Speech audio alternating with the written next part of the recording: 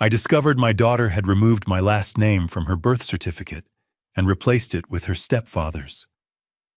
I said nothing. I just stopped paying for everything. 1 month later, she texted, "Dad, the college tuition is due." I only replied, "Ask your stepfather, I'm not your father." Welcome to today's story. Before we dive deeper, go ahead and hit like if you're already hooked and subscribe to stay updated on future episodes. Let me know in the comments which country or city you're joining from. I love hearing from you. Just a heads up, this narrative contains fictionalized elements designed for entertainment and reflection. Any similarities to actual people or places are unintentional, but the lessons and themes explored here are meaningful and relatable. I discovered my daughter had taken my last name off her birth certificate and replaced it with her stepfather's. I didn't say a word. I didn't call. I didn't text. I just stopped paying for everything.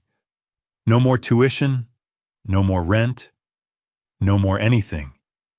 2 weeks later, her mother sued me. 3 weeks after that, I won in court. And now, at 53 years old, I'm finally free. My name is Scott Lawson.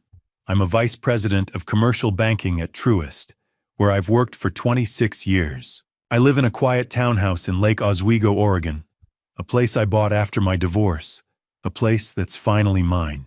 I've got a good job, a steady income, and a life that for the first time in decades doesn't revolve around someone else's needs.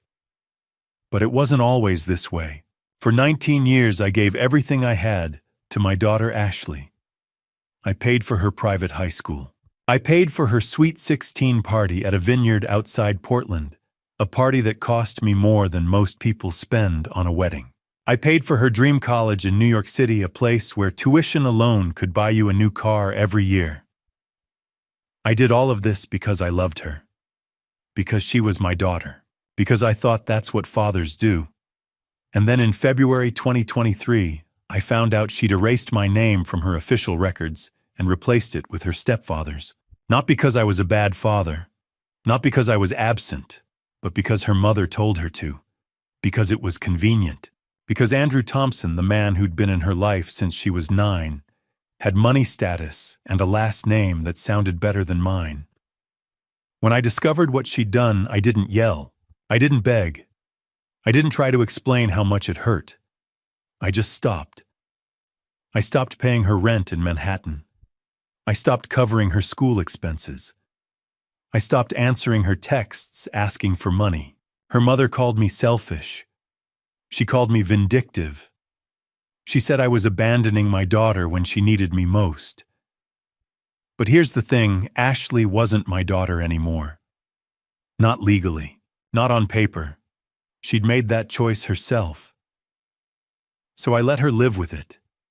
Within 2 weeks, Karen, my ex-wife, filed a lawsuit demanding I continue financial support. She claimed I was obligated to pay for Ashley's education, her living expenses, everything. She argued that I was emotionally abusive for cutting her off. I hired a lawyer. We went to court. And in March 2023, a judge ruled in my favor. The judge said it plainly. Ashley Thompson is a legal adult. She made a choice to change her name. Mr. Lawson is not obligated to fund that choice. Karen's lawyer tried to argue that I was being spiteful, that I was punishing Ashley for something her mother pressured her into. But the evidence was clear. Ashley knew what she was doing. She signed the paperwork. She didn't tell me. And when I found out through a county clerk, of all things, she didn't apologize. She just asked me to keep paying. That's when I realized I wasn't her father. I was her ATM. The case made local news. People had opinions. Some said I was a hero for standing up for myself. Others said I was heartless for abandoning my daughter over just a name. But it wasn't just a name. It was 19 years of showing up, paying up, and being pushed aside. It was 19 years of being replaced one decision at a time by a man who had everything I didn't, money status, and my ex-wife's loyalty. I spent over $800,000 on Ashley. I gave her everything I could. and she gave me nothing in return, not even the courtesy of keeping my name. So I stopped. And you know what? I don't regret it. Today, I'm 53. I live in a home I own outright. I have a girlfriend, Diane, who loves me for who I am, not for what I can provide. I travel. I save. I sleep well at night. Ashley. She's 22 now. She works at Nordstrom in downtown Portland.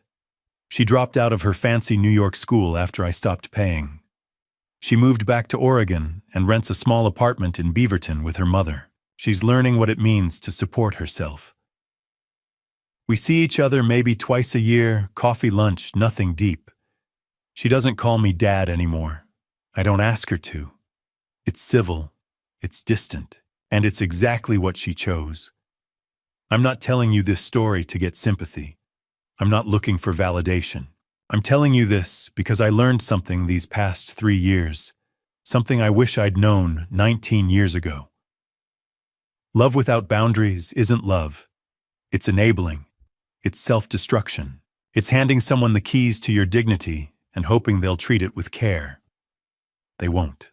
If you're reading this and you're a parent who's been funding a child's life, while they disrespect you, ignore you, or treat you like a checkbook, listen to me. You're not helping them. You're hurting both of you. I spent 19 years thinking that if I just gave enough, loved enough, sacrificed enough, my daughter would see me, would value me, would choose me. She didn't, and that's okay. Because I finally chose myself. This story didn't happen overnight. It didn't start in February 2023 when I found that name change document. It started decades earlier in a series of decisions I didn't even realize I was making. Decisions to say yes when I should have said no. Decisions to provide when I should have set boundaries. Decisions to love without limits and pay the price. But to understand how I got here, you need to know where it all began. Let me take you back to where it all started, 1999. I met her at a Portland State University alumni event on a rainy October evening in 1999. The kind of night where the Oregon drizzle soaks through your jacket before you even realize it's raining. I'd almost skipped it. Alumni mixers weren't really my thing, but a college buddy convinced me to show up. Free wine and networking, he said. What's the worst that could happen? Karen was standing near the appetizer table laughing with a group of women I didn't recognize. She had this energy about her, warm, easy, the kind of person who made everyone around her feel comfortable. She was wearing a green sweater that matched her eyes, and when she caught me staring, she didn't look away. She smiled. That's how it started. We talked for 2 hours that night. She told me she was an elementary school teacher at a Title I school in North Portland, working with kids who needed extra support. She loved it. You could hear it in her voice, the way she lit up when she talked about her students, about lesson plans, about parent-teacher conferences. I told her I worked at Truist, that I'd been there since graduating with my finance degree, VP of Commercial Banking. It sounded impressive, but honestly, most days it was just spreadsheets and client meetings. She didn't seem to care about the title. She asked me what I liked about it. I'd never thought about that before. We went on our first date a week later, dinner at a little Italian place in downtown Portland. Then another, and another. By spring, we were inseparable. She moved into my apartment in Hillsborough that June. It was a 2-bedroom place near the Intel campus, nothing fancy, but it was ours. We'd spend weekends hiking Forest Park or driving out to the coast. She'd grade papers at the kitchen table while I worked on client reports. It was simple. It was good. 8 months after that alumni event, I proposed. We got married in a small ceremony at her parents' church in Beaverton, just family and close friends. I remember standing at the altar watching her walk down the aisle thinking, this is it. This is what I've been waiting for. I was 26. She was 24. We had our whole lives ahead of us. The first few years were everything I thought marriage should be. We worked, we saved, we planned. We talked about buying a house, about starting a family. We agreed we wanted kids, 2, maybe 3. We'd name them something classic. We'd be the kind of parents who showed up for every recital, every game. But trying for a baby turned out to be harder than we expected. Nothing. Karen took it hard. Every negative test felt like a failure. She'd sit on the bathroom floor staring at the plastic stick, and I'd hold her while she cried. I told her it would happen when it was supposed to. I didn't know what else to say. We saw doctors. They ran tests. Everything came back normal. Just keep trying, they said. Sometimes it takes time. By 2003, we'd stopped talking about it as much. It became this unspoken weight between us, this thing we both wanted, but couldn't control. And then, in early 2004, it happened. Karen woke me up on a Saturday morning in February, holding a pregnancy test. Her hands were shaking. The little window showed 2 pink lines. "We're having a baby," she whispered. I don't think I've ever felt joy like that in my life. Ashley Marie Lawson was born on March 14, 2004 at 6:47 a.m. at Providence Portland Medical Center. 6 pounds, 9 ounces, 10 fingers, 10 toes. A full head of dark hair, just like Karen's. When the nurse placed her in my arms, I felt something shift inside me. I'd spent years building a career, buying things, climbing ladders. But holding my daughter for the first time, that was the first moment in my life that felt like it actually meant something. I promised her right there in that hospital room that I'd always be there for her, that I'd give her everything I didn't have growing up, that she'd never doubt how much she was loved. I meant it. The next few years were chaos in the best way. Diapers, sleepless nights, first words, first steps. Karen stayed home for the first year, then went back to work part-time as an education consultant. I got promoted to senior VP. We were making good money. I was pulling in around $190,000 a year. She was making $68,000. Combined, we were comfortable. In 2008, we bought our first house, a 3-bedroom in Hillsborough, near good schools. It cost $310,000, which felt like a fortune at the time, but we could swing it. The market was solid. We had equity. We had a plan. Ashley was 4 when we moved in. She picked out the paint color for her bedroom, lavender. Karen and I spent a weekend assembling her new furniture, arguing over IKEA instructions, laughing when we put the dresser together backward. It felt like everything was falling into place. But somewhere around 2008, things started to shift. It was subtle at first. Karen started working longer hours. She'd stay late at the district office for meetings or trainings. She'd come home tired, distracted. I told myself it was the job. Education consulting was demanding. She was stressed. Then came the late-night phone calls. She'd step outside to take them, saying it was a parent or a coworker. She'd keep her voice low even when she thought I wasn't listening. I'd ask who it was, and she'd say, "Just work stuff." I believed her. I wanted to believe her. By 2009, she was coming home at 9:10 p.m. some nights. Ashley would already be asleep. I'd be in the living room watching TV waiting. She'd walk in, kiss me on the forehead, and go straight to the shower. "Long day?" I'd ask. "You have no idea," she'd say. I didn't press. I should have. But I didn't. Then came the night in January 2010. I was putting Ashley to bed. She was almost 6, still asking for one more story, one more glass of water, when I heard Karen's phone buzz on the kitchen counter. She was in the shower. The screen lit up. "Andrew, can't wait to see you tomorrow. I've been thinking about you all day."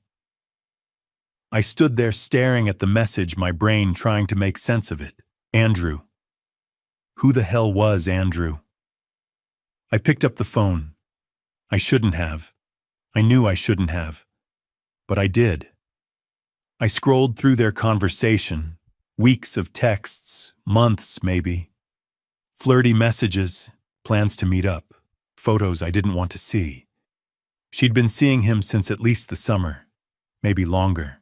When Karen came out of the bathroom, towel wrapped around her hair dripping, I was sitting at the kitchen table with her phone in my hand. She saw my face. She knew. Scott. I held up the phone. "Who's Andrew?" She didn't answer. She just stood there frozen. "Who is Andrew?" Her voice was barely a whisper. "He's someone from work." "From work?" She nodded. "How long?" "Scott, please." "How long?" She looked at the floor. 6 months. 6 months. I confronted her that night. She didn't deny it. She told me his name, Andrew Thompson, 40 years old, owner of 5 restaurant franchises across the Portland metro area, Panera Bread locations, all of them successful. He'd hired Karen's consulting firm to help train his management staff on conflict resolution. That's how they met. "It wasn't supposed to happen," she said, sitting on the edge of our bed, still wrapped in that towel. Her voice was small, apologetic. "It just did." I stood in the doorway, phone still in my hand, staring at her. I wanted to yell, to throw something, to demand answers that would make sense. But all I felt was numb. "How long?" I asked again. 6 months, maybe 7. 7 months. She'd been lying to me for more than half a year. "Do you love him?" She didn't answer right away. That silence told me everything. "I don't know," she finally said. "But I know I'm not happy here anymore." Not happy. That's what it came down to. 11 years of marriage, a daughter we'd fought to have, a house we'd built together, and she wasn't happy. "Then we're done," I said. She looked up at me surprised, like she expected me to fight for her, to beg her to stay. But I couldn't. Because the moment I saw those texts, something inside me broke. It wasn't just my marriage I was losing. It was my daughter. I moved out of the bedroom that night, slept on the couch in the living room, staring at the ceiling until the sun came up. Ashley found me there in the morning, tugging on my sleeve, asking why I wasn't in bed with Mommy. "Daddy's just tired, sweetheart," I said, pulling her into a hug. She wrapped her little arms around my neck. She smelled like strawberry shampoo. I filed for divorce 2 weeks later. Oregon's a no-fault state, which means I didn't have to prove Karen cheated. I didn't have to drag Andrew into court or air our dirty laundry in front of a judge. I just had to say the marriage was irretrievably broken. That was it. My lawyer, a guy named Paul Jackson, same one I'd use years later, told me to brace myself for the custody battle. "Judges in Oregon favor the primary caregiver," he said. "And that's Karen. She's a teacher, stable schedule. You're in banking, you travel for work. That's going to count against you." "I'm her father," I said. "I know. But family court doesn't care about fairness. It cares about what's in the best interest of the child. And Karen's going to argue that stability means staying with her." He was right. Karen's lawyer filed for sole physical custody. I'd get visitation every other weekend, alternating holidays. That's it. 2 days out of every 14. I fought it. God, I fought it. I showed up to every mediation session. I brought records proving I was financially stable, that I could provide for Ashley, that I'd been an involved father since the day she was born. I offered to cut back on travel, to take a lesser role at work, if it meant more time with my daughter. But Karen's lawyer painted me as the workaholic dad, the guy who was never home for dinner, who missed recitals because of client meetings, who put his career above his family. It wasn't true, but it was close enough. In February 2011, the judge made her ruling. Karen would have primary physical custody. I'd get Ashley every other weekend, Friday evening through Sunday evening, and alternating holidays. I'd pay $3,600 a month in child support based on Oregon's income guidelines. Mr. Lawson, the judge said, looking at me over her reading glasses, you'll still have the opportunity to be an active father in your daughter's life, but given the circumstances, this arrangement serves Ashley's best interest. I nodded. What else could I do? The divorce was finalized on March 18th, 2011. 11 years of marriage over in a single signature. I remember the day I told Ashley I was moving out. She was 7 years old, sitting at the kitchen table coloring a picture of a house. I sat down across from her, trying to find the right words. "Hey, kiddo," I said. "I need to talk to you about something." She looked up, crayon still in her hand. "What?" "You know how Mommy and Daddy have been different lately." She nodded slowly. "Kids always know more than you think." "Well, we've decided that Daddy's going to live in a different house for a while. But you'll still see me all the time, okay? Every other weekend, we'll have our own special time together, just you and me." Her face crumpled. "Why?" "Because sometimes grown-ups need space," I said, hating myself for how vague it sounded. "But it doesn't change how much I love you. You know that, right?" She didn't answer. She just crawled into my lap and cried. I held her for a long time. I didn't know what else to do. 2 weeks later, I moved into a 3-bedroom townhouse in Lake Oswego. It was smaller than the Hillsborough house, but it was mine. No shared mortgage. No memories of Karen coming home late, smelling like someone else's cologne. Karen kept the house, the one we'd bought together in 2008, the one with Ashley's lavender bedroom and the backyard swing set I'd assembled myself. She kept most of the furniture, too. I didn't fight her on it. I just wanted out. The child support kicked in immediately. $3,600 a month due on the first of every month. It was calculated based on my income and the state's guidelines, fair according to the court, painful according to my bank account. But I paid it. Every month. On time. Without complaint. Because Ashley was my daughter. And no matter what Karen had done, no matter how much it hurt, I wasn't going to let her suffer for our mistakes. The first weekend Ashley came to stay with me, she cried when Karen dropped her off. She didn't want to leave her mom, didn't want to sleep in a strange bed, didn't understand why everything had changed. I set up her room with all her favorite things, her stuffed animals, her nightlight, the blanket she'd had since she was a baby. I made pancakes for breakfast and let her pick the movie. I tried so hard to make it feel normal, but it wasn't normal. It was every other weekend, it was scheduled, it was visitation. I told myself I'd still be her father, that I'd still be there for every milestone, every scraped knee, every bad dream, that nothing would change between us. I had no idea how wrong I was. The first weekend after the divorce, I showed up at the Hillsborough house at 5 p.m., just like the custody agreement said.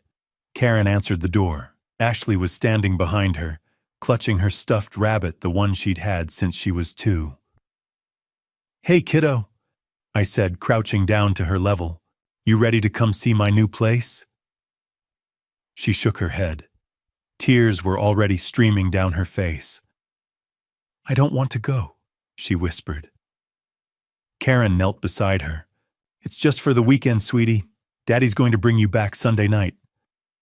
I held out my hand. Ashley took it, but she didn't let go of Karen. She looked back at her mother as I walked her to the car, like she was being taken away from home. That's when I realized to her she was being taken away. After the divorce, I became the weekend dad. 2 Saturdays a month if I was lucky. Every other weekend, I'd pick Ashley up on Friday evening and drop her off Sunday night. 48 hours, once every 2 weeks. That's all I got. I missed her first day of 2nd grade. I missed her school play where she played a tree. I missed the day she lost her first tooth. I missed everything that happened between our scheduled visits. Karen would send me photos sometimes, Ashley in her Halloween costume, Ashley at a birthday party, Ashley holding up a spelling test with a gold star. But I wasn't there. I was just the guy who got updates. I paid my child support on time every month. $3,600 automatically deducted from my paycheck. I never missed a payment. But providing isn't the same as being present. By 2013, Ashley was 9 years old. That's when Karen told me she was getting remarried. "His name's Andrew," she said over the phone. "Andrew Thompson. Ashley really likes him." I met him 3 weeks later when I showed up for my weekend. The Hillsborough house was gone. They'd moved to a gated community in Lake Oswego, a massive 5-bedroom house with a pool, a tennis court, and a 3-car garage. The kind of place that cost $1.4 million. Andrew answered the door, tall, salt and pepper hair, the kind of smile that looked practiced. "You must be Scott," he said, shaking my hand. "I'm Andrew. Good to finally meet you." "Ashley," he called over his shoulder, "your dad's here." She came running down the stairs. She barely looked at me. "Bye, Uncle Andrew," she said, giving him a hug. Uncle Andrew, that's what she called him. Over the next few years, Andrew became a fixture in Ashley's life. He started coaching her youth volleyball team. Suddenly, she was texting me updates about games I wasn't invited to. "Uncle Andrew says I'm getting really good at serving." He drove her to school most mornings. He picked her up most afternoons. When I'd ask about her day, she'd mention things Andrew had said, places they'd gone, jokes they'd shared. Uncle Andrew took me to get frozen yogurt after practice. Uncle Andrew helped me with my math homework. I kept showing up for my every other weekend visits. I kept paying my $3,600 a month. But I wasn't part of her daily life anymore. I was the guy who took her to the movies twice a month. In 2014, Ashley started high school at Jesuit High School, one of the top private schools in Portland. Tuition was $19,500 a year. Karen called me 2 weeks before school started. "Ashley got into Jesuit," she said. "We're really excited, but tuition is expensive. I know the divorce agreement doesn't require you to pay for private school, but..." "I'll pay it," I said. So I added another $975 a month to my budget. $3,600 for child support, $975 for tuition. That's $4,575 every single month. But it wasn't about the money. It was about making sure Ashley had every opportunity. Making sure she knew I was still there even if I wasn't there, except she didn't notice. I showed up for her first volleyball game at Jesuit. I sat in the bleachers, scanning the crowd for her. When I spotted her on the court, she was laughing with her teammates. I waved. She didn't see me. After the game, she walked right past me, climbing into Andrew's car with Karen. They drove off before I could say a word. I texted her later, "Great game today, kiddo. You were amazing." She replied 3 hours later, "Thanks, one word." By 2015, I'd stopped going to her games. She never asked why. I'd see her posts on Instagram, photos of her and Andrew at Trailblazers games at the coast, at fancy restaurants downtown. She tagged him in every photo. She never tagged me. When Jesuit sent home emergency contact forms, I saw that Andrew Thompson was listed as the first contact. Not me. Andrew. "Why is Andrew your emergency contact?" I asked her one weekend. She shrugged. "He's the one who picks me up from school." It just made sense. It made sense. By 2016, she'd started canceling weekends with excuses. "I have a volleyball tournament. I have a project due. I'm going to a friend's house." Karen would apologize on her behalf. "You know how teenagers are." I knew. I just didn't know how to fix it. Every month, I wired $4,575 to Karen's account. Every month, I got less and less time with my daughter. By 2018, when Ashley turned 14, I was paying more than ever, but seeing her less and less. In January 2020, Ashley called me. She didn't call often anymore. Most of our communication happened through Karen Logistics about weekend pickups, permission slips, things like that. So when I saw her name on my phone screen, my heart jumped a little. Maybe she wanted to talk. Maybe she missed me. "Hey, Dad," she said. Her voice was bright, excited. "I wanted to ask you about something." "Of course, kiddo. What's up?" "So, you know my 16th birthday's coming up in March, right?" "Of course I do." "Well, Mom and Uncle Andrew said we could do something really special for my sweet 16, like a big party. And I was thinking, can we do it at Ponzi Vineyards, a winery in the rolling hills outside Portland, about 30 minutes from the city. The kind of place where weddings cost more than most people's cars." "That sounds amazing, Ash," I said, trying to keep my voice steady.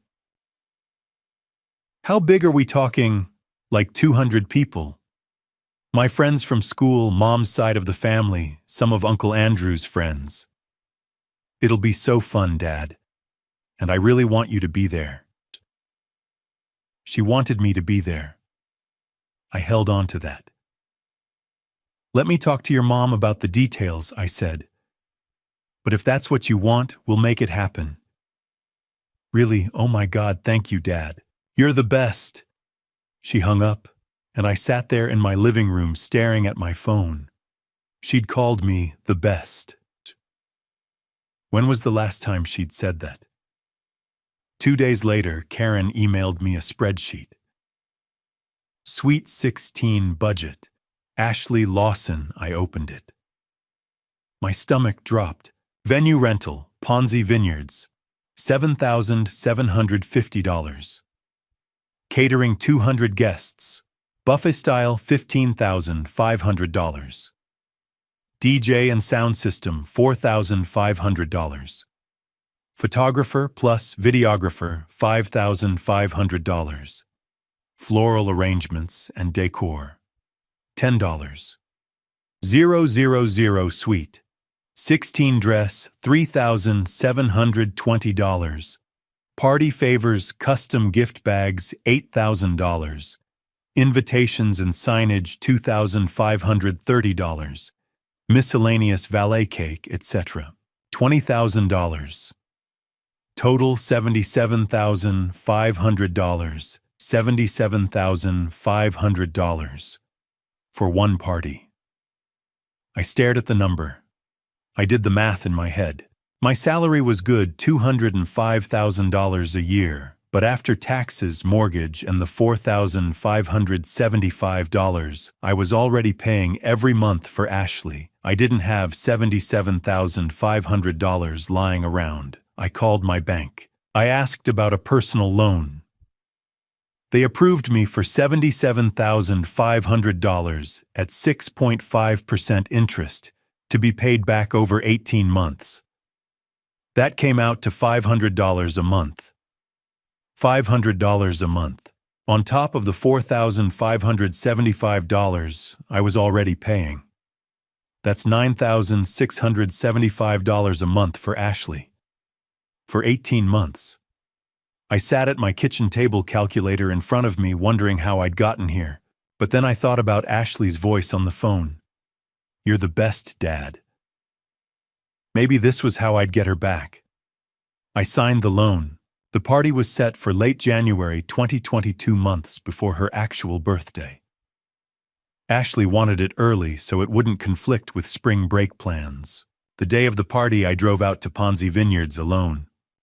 The January sky was overcast, typical for Oregon, but the vineyard looked beautiful, rolling hills, bare grapevines stretching into the distance, string lights hung across the outdoor patio. I parked my car and walked toward the entrance. A valet took my keys. I felt underdressed in my sport coat and khakis. Most of the guests were in cocktail attire, women in dresses, men in suits. I didn't recognize half of them. Karen and Andrew were standing near the entrance greeting people as they arrived. Karen wore a navy dress, her hair perfectly styled. Andrew was in a tailored suit, shaking hands like he was hosting a business conference. I walked up to them. "Scott," Karen said, her smile tight. "Glad you could make it." "Wouldn't miss it," I said. Andrew clapped me on the shoulder. "Ashley's going to be so happy you're here." I nodded. I didn't know what else to say. I found a seat near the back. The Vineyards event space was packed 200 people, just like Ashley had said. There were kids from her high school teachers, Karen's family, Andrew's business partners. People I'd never met. People who didn't know I was Ashley's father. At 6 p.m., the DJ announced Ashley's arrival. The doors opened and she walked in. She was wearing the dress I'd helped pay for, a floor-length gown in pale pink, beaded at the bodice, flowing at the skirt. Her hair was curled, pinned up with little jeweled clips. She looked so grown up. She looked beautiful. Andrew walked beside her, his arm linked with hers. Karen followed a step behind, beaming. The guests applauded.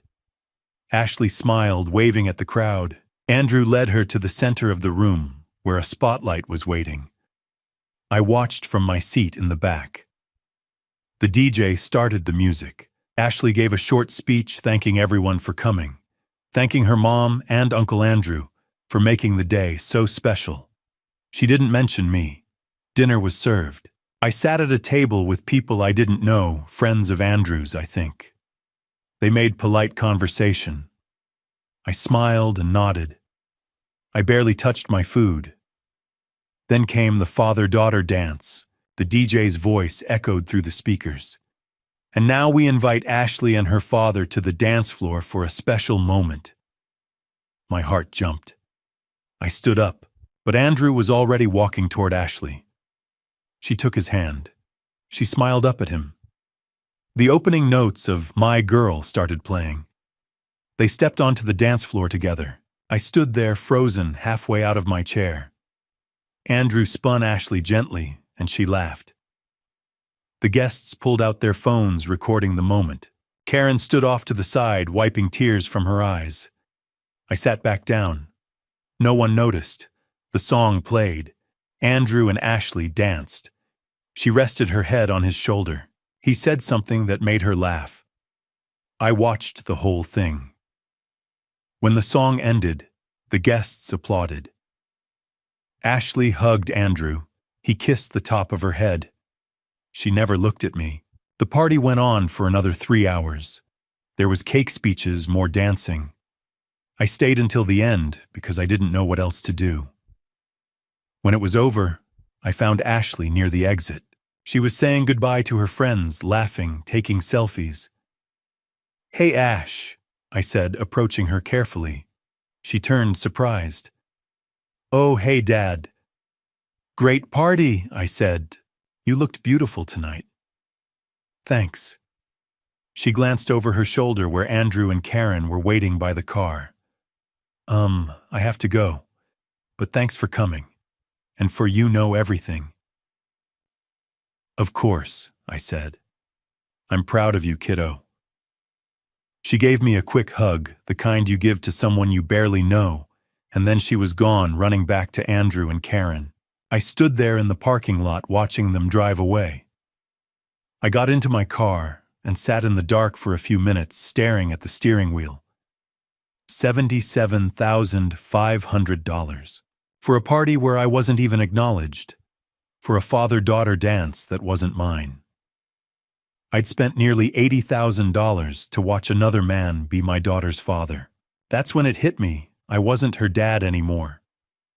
I was just the guy who paid for things. I'd been reduced to a checkbook, something to open when she needed money, something to close when she didn't. I drove home alone that night, $77,500 in debt, and wondered when I'd stopped being her father. In spring 2021, Ashley called me not to catch up, but to share news. "Dad." Her voice was electric. I got into Parsons. I was at my desk at work reviewing loan applications. I set down my pen. Parsons, I repeated. In New York. Yes, Parsons School of Design, I found out this morning. I can't believe it. I actually got in. I could hear the joy in her voice, the kind of pure, unfiltered excitement I hadn't heard from her in years. Ashley, that's incredible, I said, and I meant it. I'm so proud of you. Thanks, Dad. I couldn't have done it without you. For a moment, I just sat there holding the phone, letting those words sink in. I couldn't have done it without you. When was the last time she'd said something like that? So, she continued, I know it's expensive, but Mom said you and Andrew could split the costs, and I promise I'll work hard. This is my dream, Dad. Fashion design. It's all I've ever wanted. I remembered her as a little girl sprawled on the living room floor with crayons and construction paper drawing dresses for her dolls. She'd hold them up and say, Look, Daddy, I made this. I'd always told her she could do anything. Let me talk to your mom, I said. We'll figure it out. Really? Oh my God, thank you, I love you, Dad. She hung up before I could respond. I stared at my phone. I love you, Dad. When was the last time she'd said that? That night I looked up Parsons School of Design. It's part of the New School in Manhattan, one of the top fashion design programs in the country. Alumni include Marc Jacobs, Tom Ford, Donna Karan, names everyone knows. If Ashley graduated from Parsons, she'd have doors open that most people never even see. This was her dream. And if I could give her that, maybe, just maybe, she'd see me again.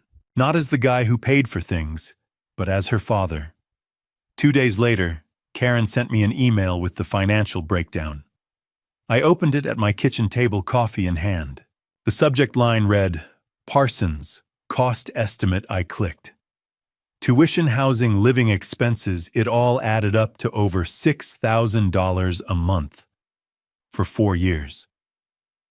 I sat back in my chair. I was still paying $3,600 a month in child support. That wouldn't stop until Ashley turned 18, which was still a year away. And I was 10 months into paying off the Sweet 16 loan, which was $500 a month. I did the math. $3,600 plus $500 plus $6,500. That's $15,200 a month. My take-home pay after taxes was about $12,000 a month. I'd be $3,200 short. Every single month. Unless the Sweet 16 loan ended in July. Then I'd only be paying $10,000 a month. That left me $1,900 to live on, mortgage, utilities, groceries, gas, everything. $1,900 a month. I stared at the numbers. I ran them again. They didn't change. Karen's email continued. Andrew said he's happy to help with some of the costs. We'll figure out a split that works for everyone. Let me know what you're comfortable contributing. Andrew. Of course. I didn't trust him to follow through. But I also didn't have a choice. I called Karen. I'll cover it, I said. All of it. As much as I can. If Andrew wants to chip in, great. But I'm not going to let money stop Ashley from going to Parsons. Karen was quiet for a moment. Then she said, You're a good father, Scott. I didn't know how to respond to that, so I just said, She deserves this. That night, I called my financial advisor. I asked if there was any way to make it work, any loans, any restructuring, anything. He was blunt. You're over-leveraged. You're already paying nearly 80% of your income toward Ashley. If you add another $6,500 a month, you'll have no cushion, no emergency fund. One medical bill, one car repair, and you're underwater. I know, I said. Then why are you doing this? I didn't have a good answer. Or maybe I did and I just didn't want to say it out loud, because if I didn't, I'd lose her completely. I wired the deposit to Parsons the next week. $6,500. The first of many. Ashley texted me a screenshot of her acceptance letter with a row of heart emojis. Thank you, Dad. This means everything. I read that text over and over. This means everything. Maybe it would. In August 2021, Ashley moved to New York. I offered to help her move to drive out with her to set up her apartment. But Karen said Andrew had already rented a U-Haul and was making a weekend trip out of it. It's all taken care of, Karen said. So I stayed in Oregon. Ashley texted me photos once she got there. Her dorm room in Manhattan, the Parsons campus, the city skyline from her window. She looked happy. I wired the first month's payment the next day. $6,500. I told myself it was worth it, that this was an investment in her future. That one day when she was successful and designing clothes for runway shows, she'd look back and realize how much I'd sacrificed for her. I told myself a lot of things, but deep down, I knew the truth. I was paying for a connection I no longer had.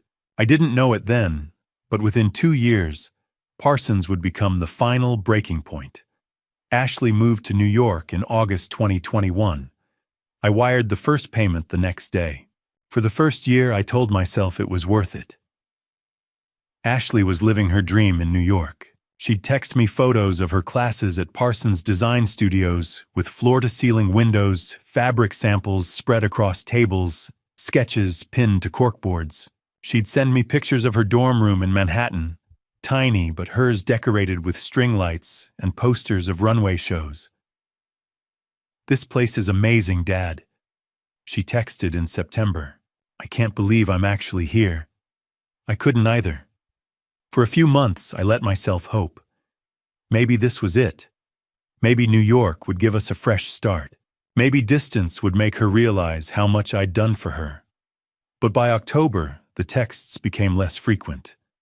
By November, they only came when rent was due. Ashley's Instagram, though, that told a different story. I'd scroll through her feed and see her life in snapshots. Sunday brunch at a trendy spot in Soho, mimosas and avocado toast. Gallery openings in Chelsea with her classmates, everyone dressed in black, holding wine glasses. Fashion Week events. Somehow she'd gotten access, standing outside Lincoln Center in borrowed designer pieces. She looked happy. She looked like she belonged, and I was nowhere in it. I never appeared in her photos. She never tagged me. She never posted anything like, "Thanks to my dad for making this possible." I told myself it didn't matter. She was 18. She was finding herself. That's what college is for. But the truth was harder to swallow. I was funding a life I wasn't part of. She'd call me when something went wrong, when her roommate didn't pay utilities, when she needed money for supplies, when her computer broke. "Dad, can you Venmo me $300? My laptop died, and I need it for class." I'd send it without asking questions. But she never called just to talk. She never called to ask how I was doing. She never called to say she missed me. In December, Parsons sent home paperwork, insurance forms, emergency contact updates, that kind of thing. I got a copy in the mail because I was listed as the financial guarantor. I opened the envelope at my kitchen table. Under Emergency Contact Primary, it said Andrew Thompson. Under Relationship to Student, it said Stepfather. I stared at the form. I was paying $6,500 a month for her to be there. I was covering her rent, her tuition, her supplies, and when something went wrong, they'd call Andrew. Not me. I thought about calling the registrar's office. Thought about correcting it. But what was the point? She'd made her choice. On January 14th, 2022, my phone rang at 6:30 a.m. It was a nurse from Providence Portland Medical Center. "Mr. Lawson, this is about your mother, Ruth Lawson. She was brought in an hour ago. I'm sorry to tell you this, but she passed away. It was a heart attack. Very sudden." I sat up in bed, the room spinning. What? I'm so sorry for your loss. We need you to come in to identify her and sign some paperwork. I drove to the hospital in a daze. My mom, Ruth, 83 years old, lived alone in a condo in Lake Oswego. We'd had dinner together 2 weeks ago. She'd seemed fine. Tired maybe, but fine. And now she was gone. I called Ashley from the hospital parking lot. "Hey, Dad," she answered, distracted. I could hear voices in the background. Her roommate maybe, or friends getting ready for class. "Ash, I need to tell you something." "What's up?" "Grandma passed away this morning." There was a pause. Then, oh my God, what happened? Heart attack. It was sudden. "Oh, Dad, I'm so sorry." Her voice was soft, sympathetic. For a moment, I thought she understood. "The funeral's next Friday," I said. "I'm handling the arrangements. Can you fly home?" Another pause. Longer this time. "Dad, I have midterms next week. I can't miss them. It's my first semester. If I fall behind now..." "It's your grandmother's funeral, Ashley." "I know. And I feel terrible.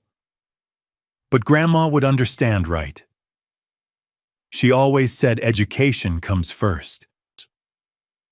I sat there in my car, staring at the hospital entrance phone pressed to my ear.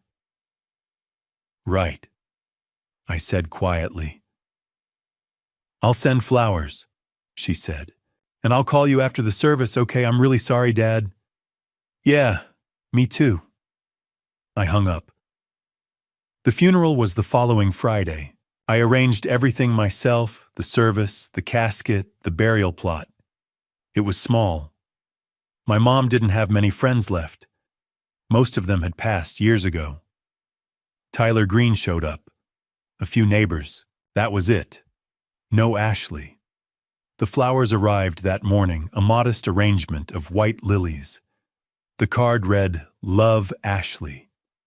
I stared at it for a long time. After the service, I went back to my townhouse. It felt emptier than usual. My mom's condo sat across town, full of her things, 50 years of life packed into 100 square feet. I'd have to deal with it eventually.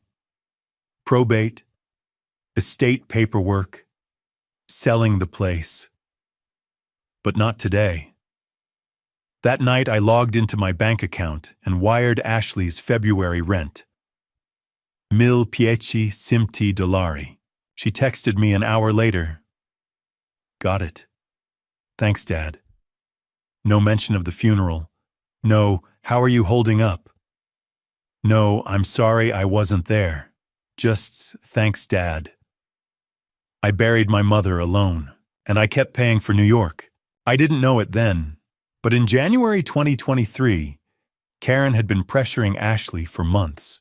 I was still paying $10,000 every month, $6,500 for Parsons, $1,500 for her Manhattan rent, $2,100 for living expenses.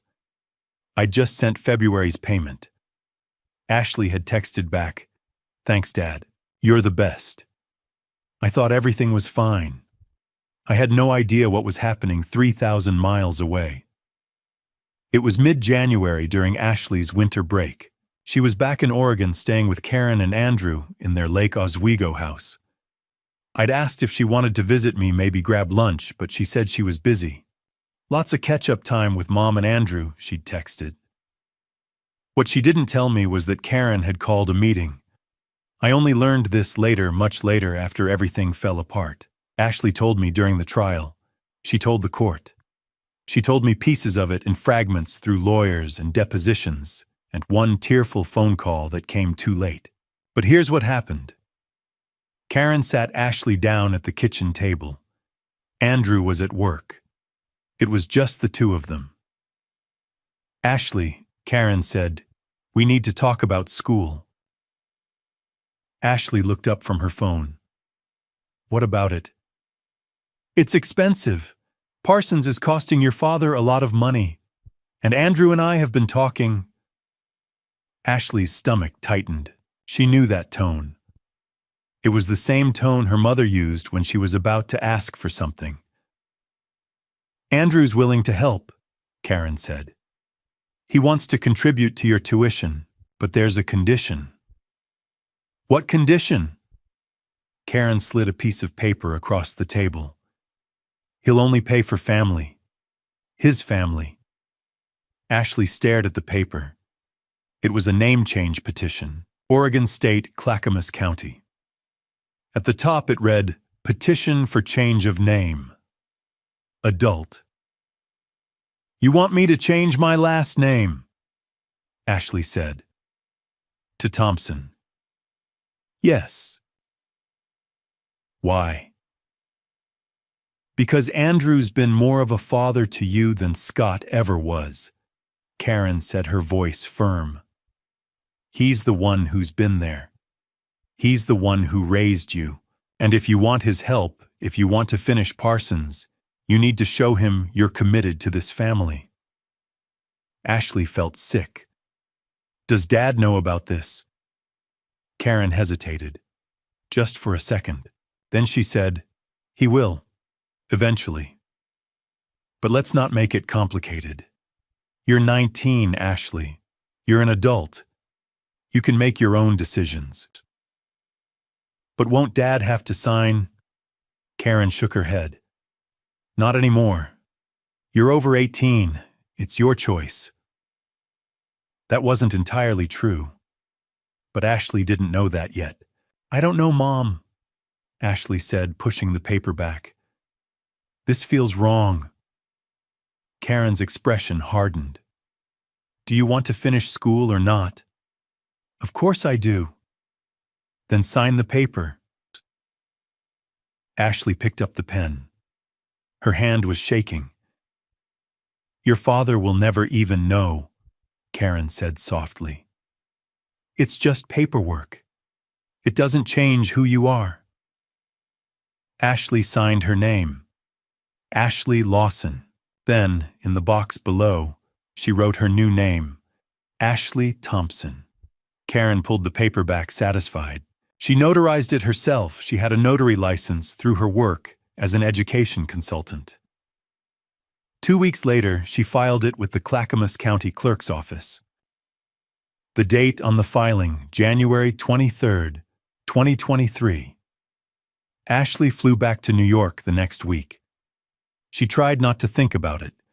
She told herself it was just paperwork, that it didn't mean anything, but she couldn't stop thinking about it.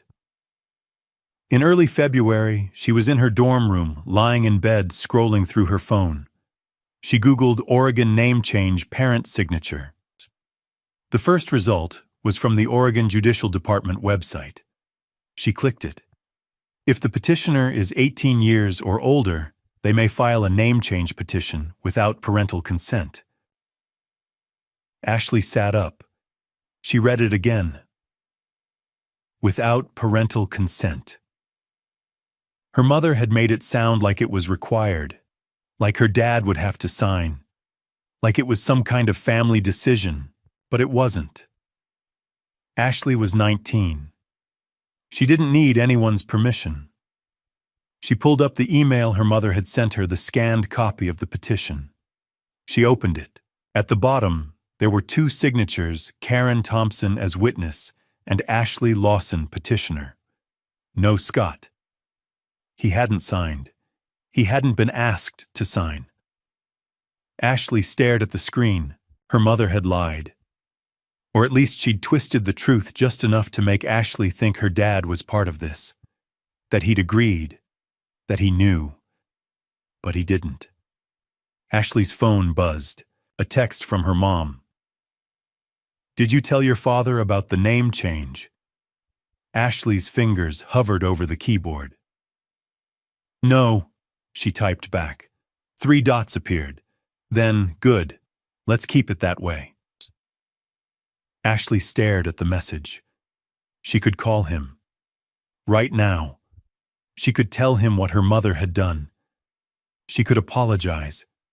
She could explain, but then what?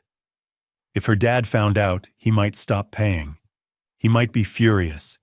He might cut her off completely. And she couldn't afford that. Parsons cost $60,000 a year. Her rent was $1,500 a month. She had no savings, no job, no backup plan. Her mother had made sure of that. Ashley set her phone down. She didn't call her father. The next day, my payment went through. $6,500 for Parsons, $1,500 for rent. Ashley saw the notification on her phone, payment received. She texted me, "Thanks, Dad." She went to class. She sketched designs for her midterm project. She went to dinner with friends. She posted on Instagram a photo of her and her roommate at a coffee shop in the West Village, smiling, cappuccinos in hand. She didn't tell me. Not in February. Not in early March. Not even when I wired the next payment. She knew what she'd done. She knew it was wrong. But she chose the money. In February 2023, I drove to the Clackamas County Clerk's office to file my mother's probate paperwork. It had been a month since Ruth's funeral. A month since I'd buried her alone. A month since Ashley had sent flowers instead of showing up. I still hadn't cleaned out her condo. I couldn't bring myself to do it yet. But the legal side of things couldn't wait. Oregon probate law requires you to file within a certain time frame, and I was running out of time. So I took a half-day off work, printed out the forms my lawyer had sent me, and drove to the county office in Oregon City. It was one of those gray February days, cold, drizzling, the kind of weather that makes you want to stay in bed. The clerk's office was in a squat government building near the courthouse, the kind of place with fluorescent lights and linoleum floors. I walked up to the counter. A woman in her mid-40s looked up from her computer. "Can I help you?" she asked. "I need to file probate paperwork for my mother's estate," I said, sliding the folder across the counter. She opened it, scanning the documents. "Okay. Ruth Lawson, deceased January 14th. You're the executor." "Yes." She typed something into her system. "Marital status. Divorced. Any children?" "One. A daughter." "Name. Ashley Lawson," she typed, then frowned. She typed again. "I'm not seeing an Ashley Lawson in the system," she said. My stomach tightened. "What do you mean? There's no record of an Ashley Lawson with your listed address or date of birth." I stared at her. "That's impossible. She's my daughter. Born March 14th, 2004. She clicked a few more times. Then she paused. "Oh," she said. "Here she is." "Thank God," I said, exhaling.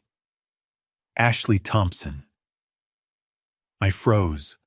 "What? Ashley Thompson?" she repeated, looking at me. "Date of birth March 14th, 2004. Clackamas County resident. That's your daughter, right?" I couldn't speak. "Sir," she said. "Thompson," I said slowly. "Her last name is Thompson." "Yes." According to our records, she filed a name change petition on January 23rd of this year. It was approved and processed.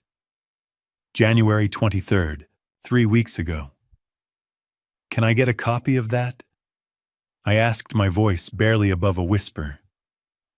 "The name change record." "Yes." She hesitated. "Are you listed as a parent on the original petition?"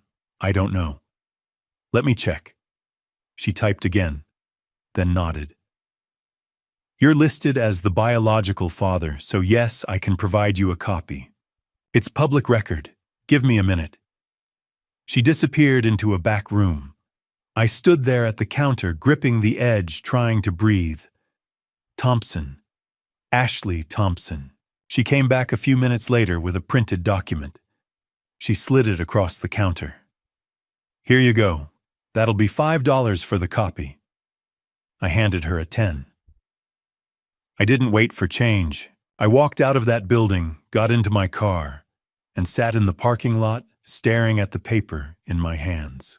Petition for change of name. Adult petitioner. Ashley Marie Lawson requested name. Ashley Marie Thompson. Date of birth March 14th, 2004. Reason for change, personal preference filed January 23rd, 2023, notarized by Karen Thompson. Parent/guardian signature N/a petitioner is 18 years or older. I read it 3 times. Personal preference. That's what she'd written. Not legal reasons. Not family matters. Not even stepfather adoption. Personal preference. And at the bottom where it said parent/guardian signature, it said N/a. She didn't need my permission. She was 19. She could do whatever she wanted. But she hadn't told me. She'd erased my name from hers, and she hadn't said a word. I drove home on autopilot. I don't remember the drive. I don't remember unlocking my door or walking inside. I just remember sitting at my kitchen table in the dark, staring at that piece of paper. My phone rang. I looked at the screen. Ashley. I didn't answer. It rang again. I let it go to voicemail. A few minutes later, a text came through. Dad, did you get my call? Rent's due tomorrow. Can you send it tonight? I stared at the message. Rent. Of course. That's why she was calling. That's why she always called. I opened my banking app.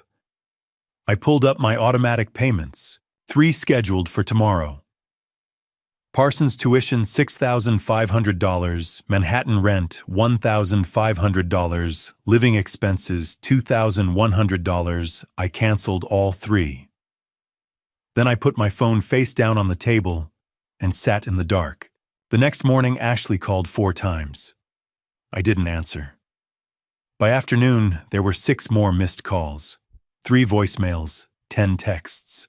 Dad, what's going on? Did something happen? Please call me back. I'm serious. I need the rent money today. Dad, please. I didn't respond. 3 days later, Karen called. I didn't answer. She left a voicemail. Scott, I don't know what's going on, but Ashley says you haven't responded to her. She needs the rent payment. Please call me back. I deleted it. A week after I'd stopped the payments, I got a text from an unknown number. I opened it. It was from a law office. The message read, Mr. Lawson, this is Jonathan Pierce, attorney for Karen Thompson. Please contact my office regarding a legal matter. 503-555-0147. I didn't call back. 2 weeks after I'd stopped paying, a certified letter arrived at my door. I signed for it, opened it at my kitchen table. Summons. Family Court. Clackamas County. Karen Thompson was suing me for abandonment of child support obligations and educational expenses. She was demanding retroactive payment for the 3 months I'd stopped paying ongoing monthly payments until Ashley's graduation court fees and penalties. The hearing was set for March 15th, 2023. I read the letter twice. Then I folded it, set it on the table, and called Paul Jackson. Paul, it's Scott Lawson. Scott. Been a while. What's going on? I need you to represent me in family court, I said. My ex-wife is suing me. What for? She says I abandoned my obligations, but that's not what happened. What did happen? I looked down at the name change petition still sitting on my table. My daughter erased me, I said, and I stopped paying. There was a pause on the other end of the line. Tell me everything, Paul said. 2 weeks later, my phone rang. It was Karen's lawyer. Mr. Lawson, this is Jonathan Pierce, attorney for Karen Thompson. My client is filing a motion to compel child support and educational expenses. We'll need to schedule a hearing. I was at work when the call came. I stepped out of a meeting, walked to an empty conference room, and closed the door. I'm listening, I said. His voice was calm, professional, the kind of voice that's had this conversation 100 times. My client alleges that you've abandoned your financial obligations to your daughter, Ashley Thompson. You've ceased all payments, tuition, rent, living expenses without notice or justification. As a result, Ashley is facing eviction and may be forced to withdraw from school. I didn't say anything. We're seeking a court order requiring you to resume payments immediately, he continued. Specifically, we're asking for retroactive payment of $19,500 to cover the 3 months you've withheld, plus ongoing monthly payments of $6,500 until Ashley's graduation in 2025. Additionally, we're seeking penalties and reimbursement for legal fees. $19,500, 3 months of Parsons tuition. And if I refuse? I asked. Then we'll see you in court, Mr. Lawson. My client is prepared to argue that your actions constitute willful abandonment and emotional harm. We'll be filing the motion this week. Fine, I said. I'll have my attorney contact you. I hung up. I sat in that conference room for a few minutes, staring at the wall. Karen was suing me. Of course she was. I called Paul Jackson. Scott, he answered. I've been wondering when I'd hear from you again. I need you, I said. Karen's taking me to court. What for? She says I abandoned Ashley, stopped paying her expenses. There was a pause. Then, did you? Yes. Why, I told him everything. The name change, the discovery at the county clerk's office, the decision to stop paying. When I finished, Paul was quiet for a moment. Then he said, Good. Good. You have leverage. Let me see the paperwork. Come to my office tomorrow. Bring everything: bank statements, receipts, emails, texts, the name change petition. Everything. I met Paul the next morning at his office in downtown Portland. He had a corner conference room with floor-to-ceiling windows overlooking the Willamette River. I brought 3 boxes of documents. Bank statements dating back to 2004. Receipts for volleyball camps, school tuition, birthday parties. Emails with Karen negotiating expenses.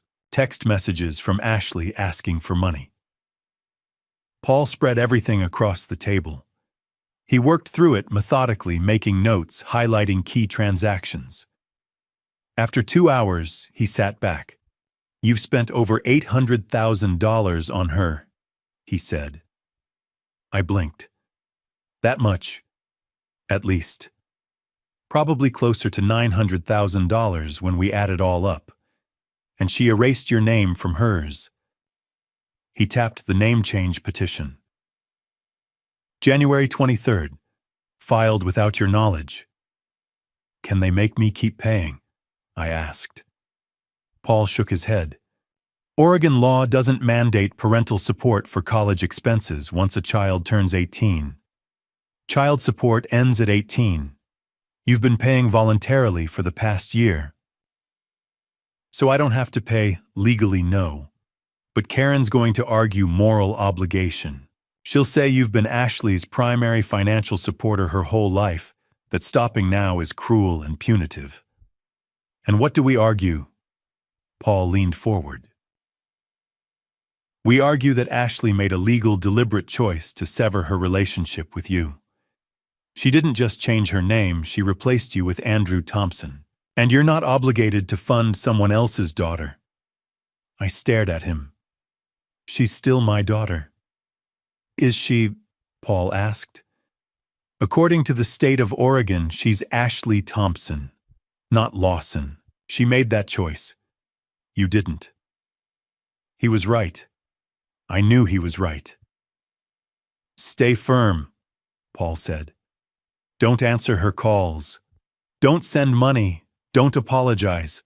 We go to trial, we present the evidence, and we let the judge decide. I paid Paul a $5,000 retainer that afternoon. Over the next 2 weeks, Ashley called me 17 times. I didn't answer. She left voicemails. Dad, please pick up. I don't understand what's happening. I need to talk to you, please.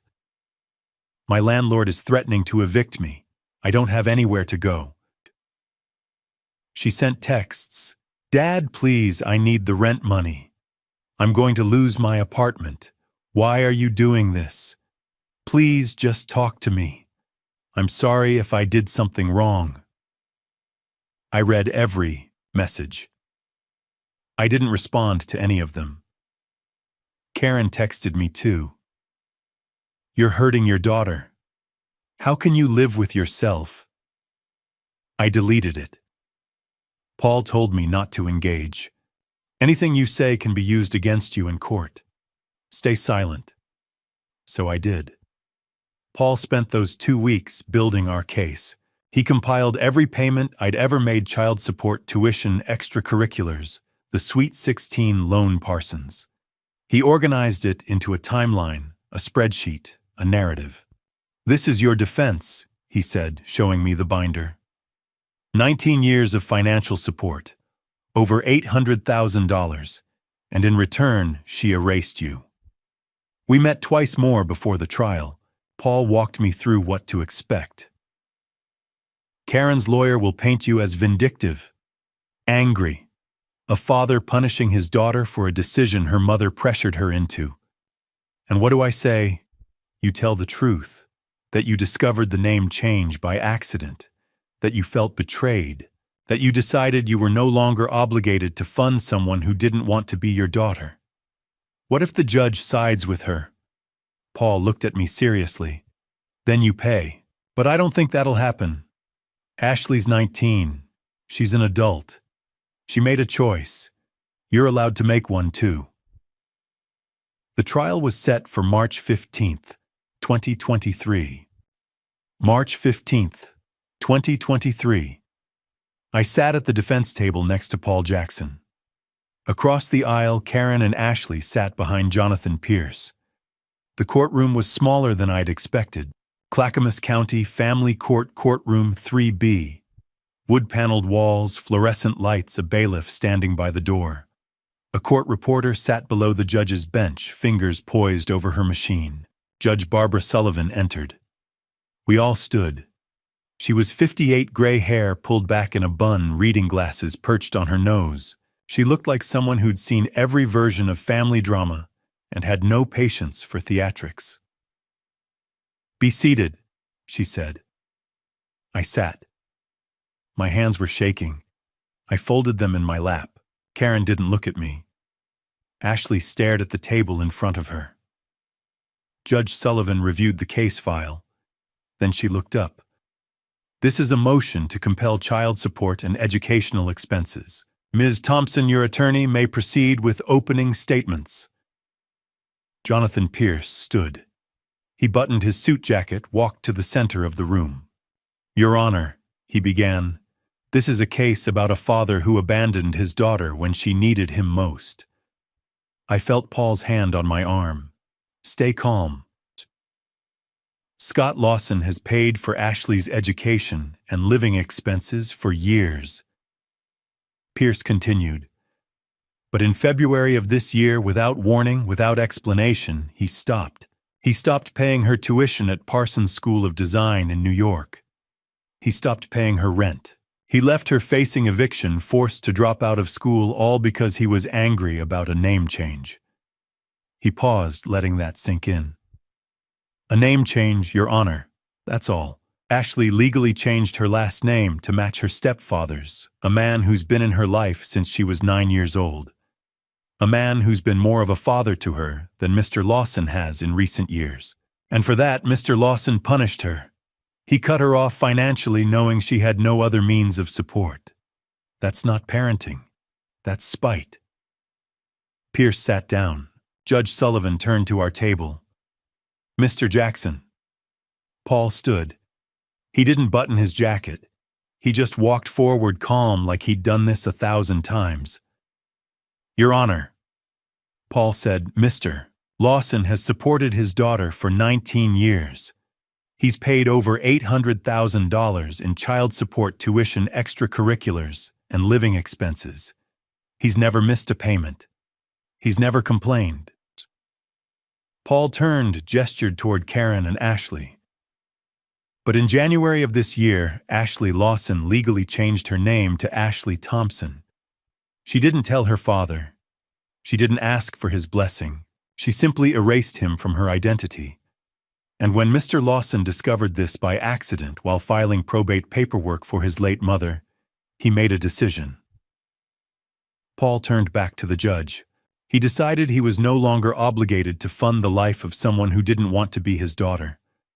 Ashley Thompson made a choice. So did Scott Lawson.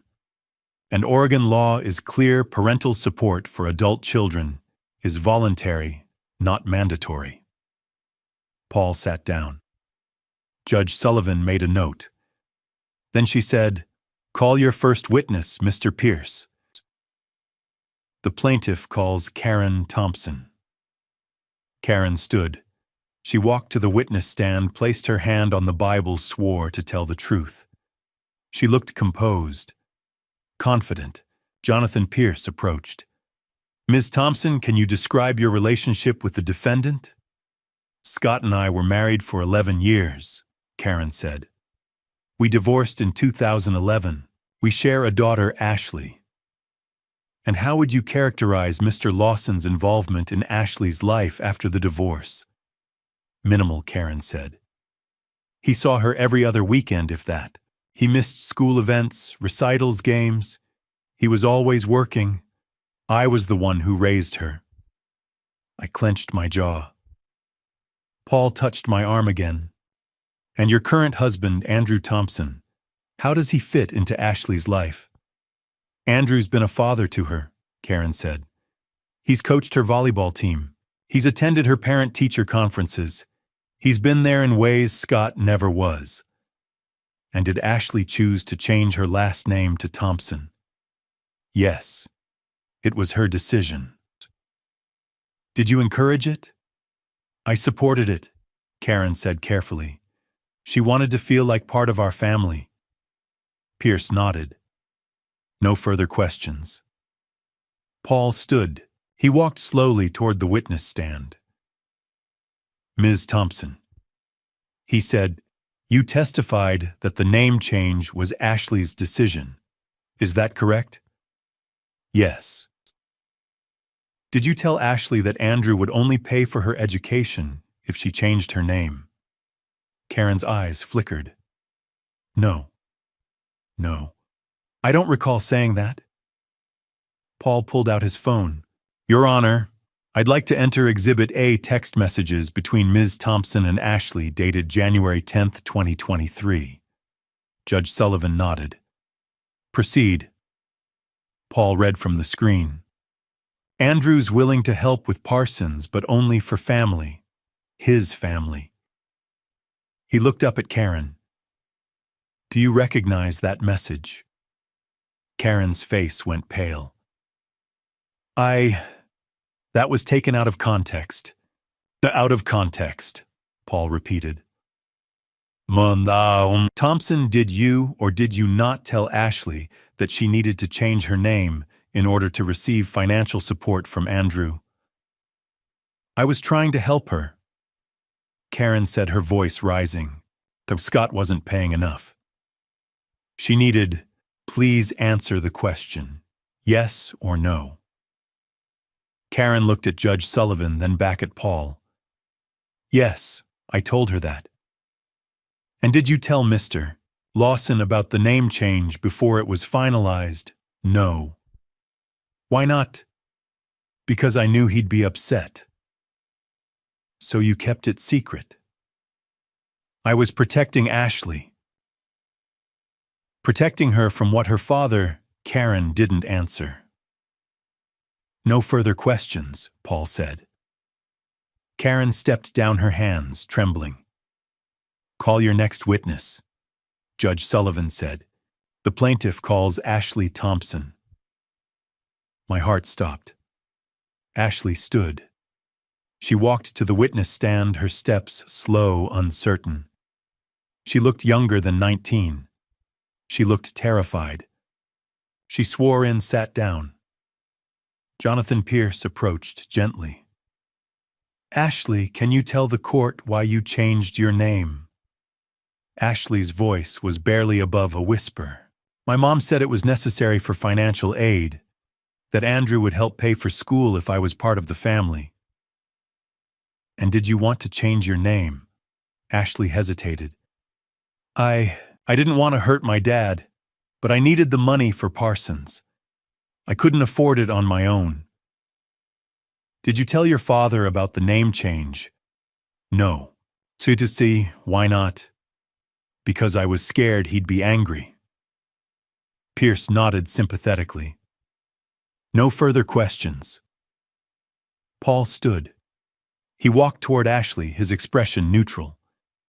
Ms. Thompson, he said.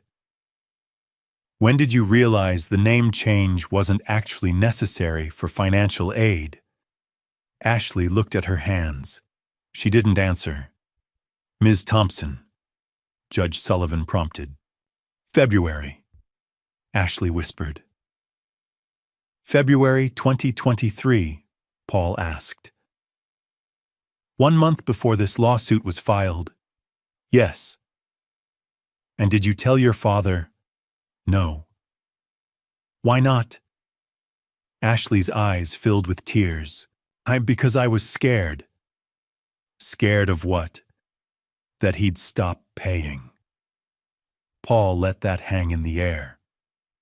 So you knew that changing your name would hurt him, but you did it anyway, because you wanted the money. Ashley was crying now. I didn't know what else to do. You could have called him. You could have told him the truth. You could have apologized. I know. Ashley sobbed. I know. But I was scared. Paul looked at her for a long moment. Then he said quietly, no further questions. Ashley stepped down, still crying. She walked back to Karen, who put an arm around her. I sat there staring at the table. Judge Sullivan called a 10-minute recess. Paul turned to me. You're up next? Ready? I nodded. I didn't trust myself to speak. When court reconvened, Judge Sullivan looked at me. Mr. Lawson, please take the stand. Then it was my turn to testify. I took the stand and placed my hand on the Bible. I wasn't nervous. I'd prepared for this. Do you swear to tell the truth, the whole truth, and nothing but the truth, so help you God? I do. I sat down. The courtroom was silent. I could feel Karen's eyes on me. Ashley's too. Judge Sullivan looked at me. Please state your name for the record. Scott Lawson. Paul stood. Mr. Lawson, how long have you been Ashley's father? 19 years. Since she was born in March 2004. And how much have you spent supporting her over those 19 years? I took a breath. Over $876,000. There was a murmur in the courtroom. Judge Sullivan glanced up from her notes. Paul nodded. Can you break that down for us? Child support from 2011 to 2023, $561,600. Private high school tuition at Jesuit, $70,000. Parsons School of Design tuition and housing, $117,000. Her Sweet 16 party, $77,500. And then there were gifts, volleyball camps, tutoring, clothes, everything else. That's another $50,000 roughly. Paul let that sit for a moment. Then he said, Why did you stop paying? I looked at Ashley. She was staring at the table, tears streaming down her face. Because I found out she'd changed her name, I said.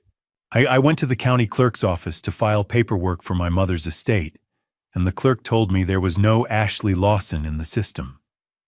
There was only Ashley Thompson. How did that make you feel? I paused. Like I'd been erased. Like 19 years of being her father didn't matter. Like I was just a bank account. Did you ask her why she did it? No, I didn't call her. I didn't ask. I just stopped paying. Why?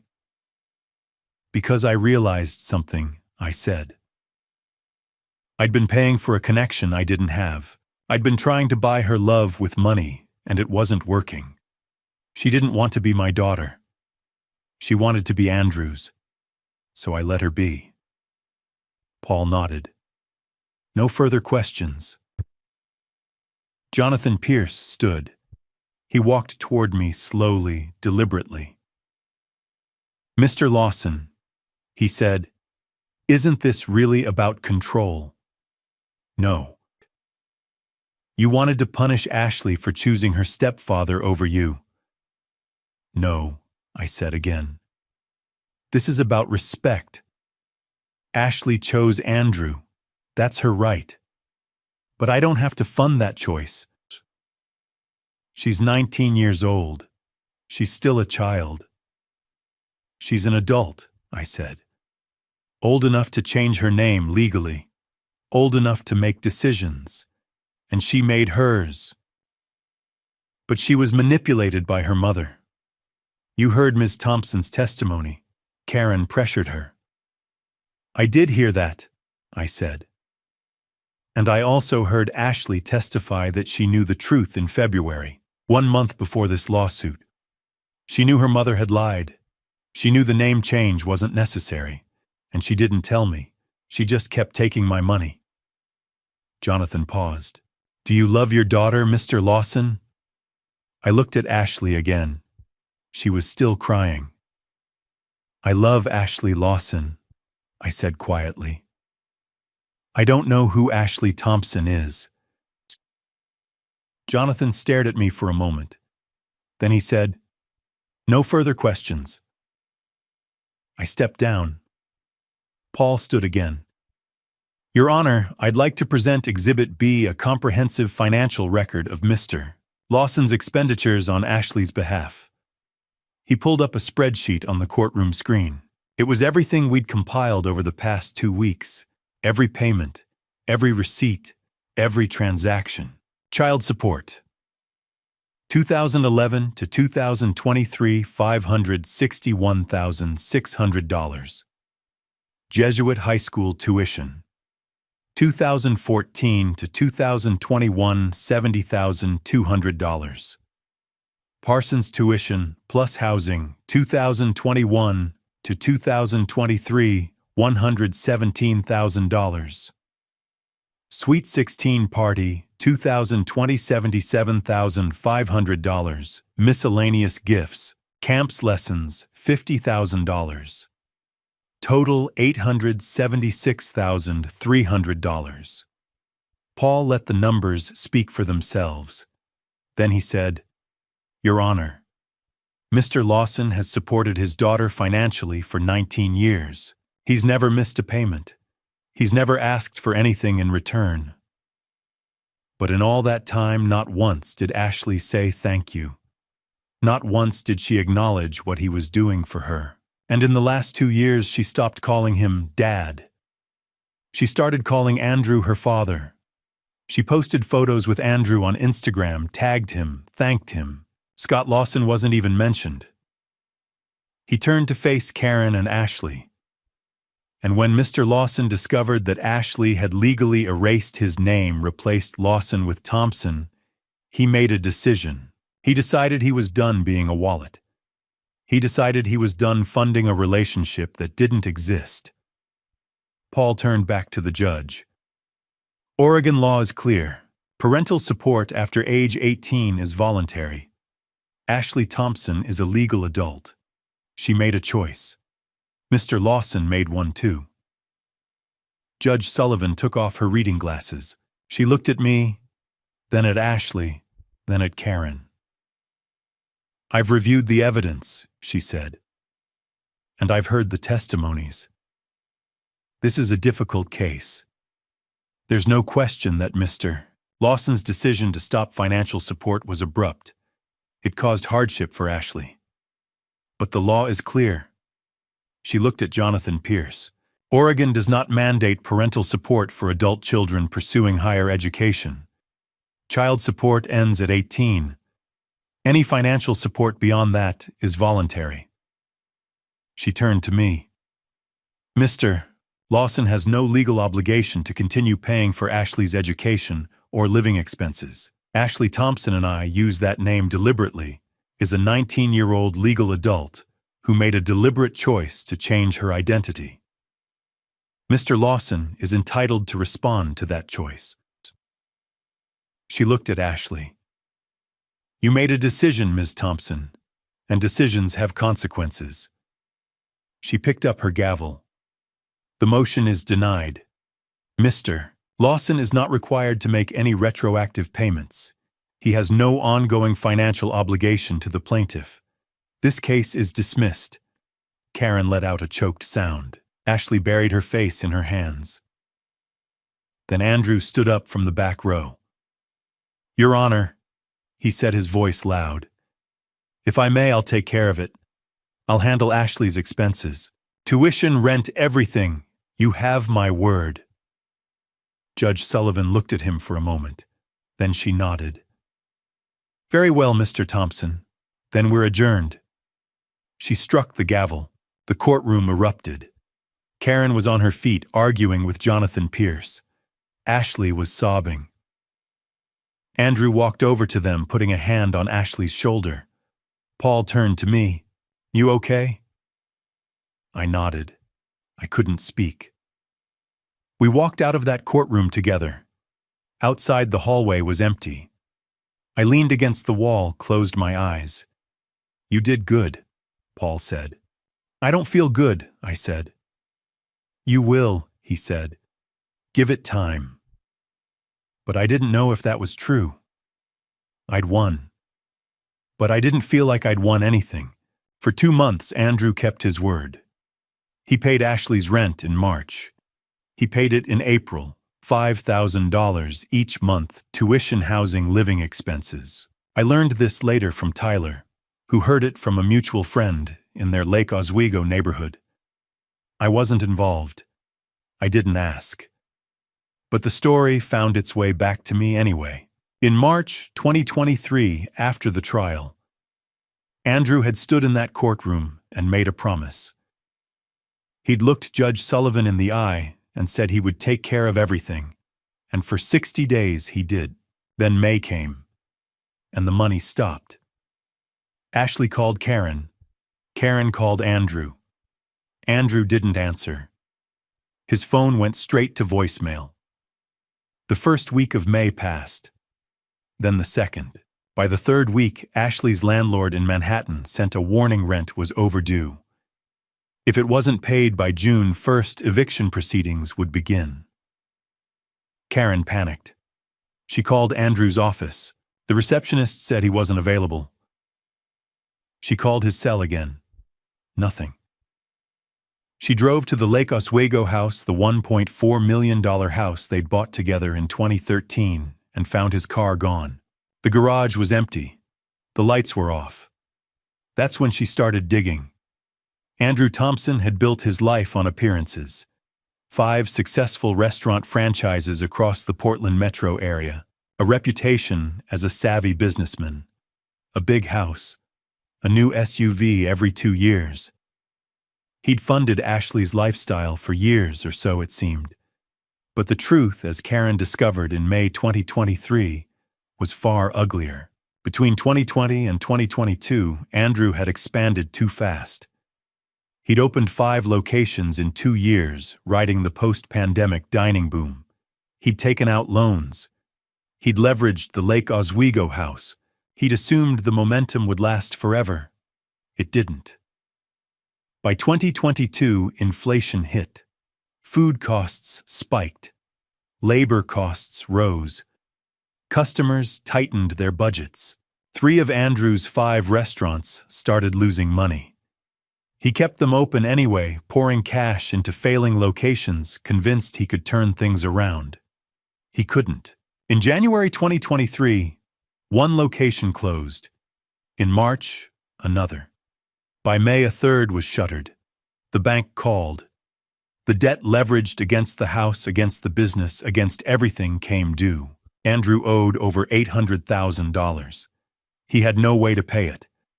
So he did what desperate men do. He ran. In June, Ashley's rent went unpaid. Her landlord sent a final notice. Karen called Andrew's business partner, who told her the truth: the company was insolvent.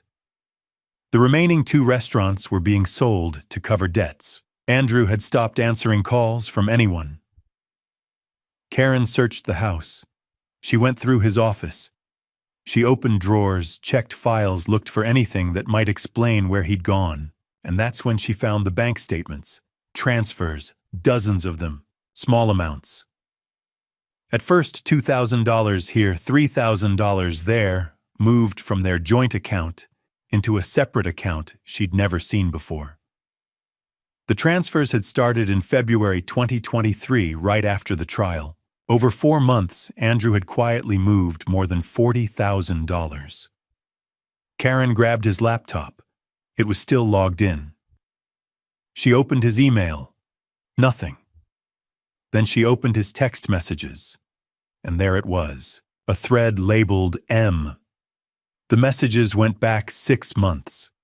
Casual at first, then warmer, then explicit. Photos, plans, promises.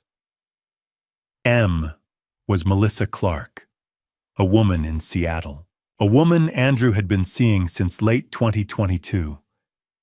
Karen scrolled through the messages, her hands shaking. In one dated April 2023, Andrew had written, "I'll be out by August. Just need to wrap things up here." In another from May, "She's losing the house anyway. I'm not sticking around for that." The final message sent June 15th. "On my way. See you tonight." Karen sat in the empty house and stared at the screen. Then she called him. This time he answered. "Where are you?" Karen's voice was tight controlled. "Seattle," Andrew said. No hesitation, no apology. "You said you'd pay for Ashley. You promised in court." "I paid for 2 months. That's all I could do. The business is gone, Karen. I'm done." "You're done. We're married. Ashley isn't mine." Andrew cut her off. His voice was cold flat. "She's Scott's problem. I'm not paying for another man's kid anymore." Karen felt her chest tighten. "You raised her. You were her father for 10 years. I was her stepfather. There's a difference. You made her change her name." "You made her change her name," Andrew snapped. "I never asked for that. You wanted me to fund Parsons, so you pressured her into it. Don't put that on me." Karen's voice cracked. "We're married, Andrew."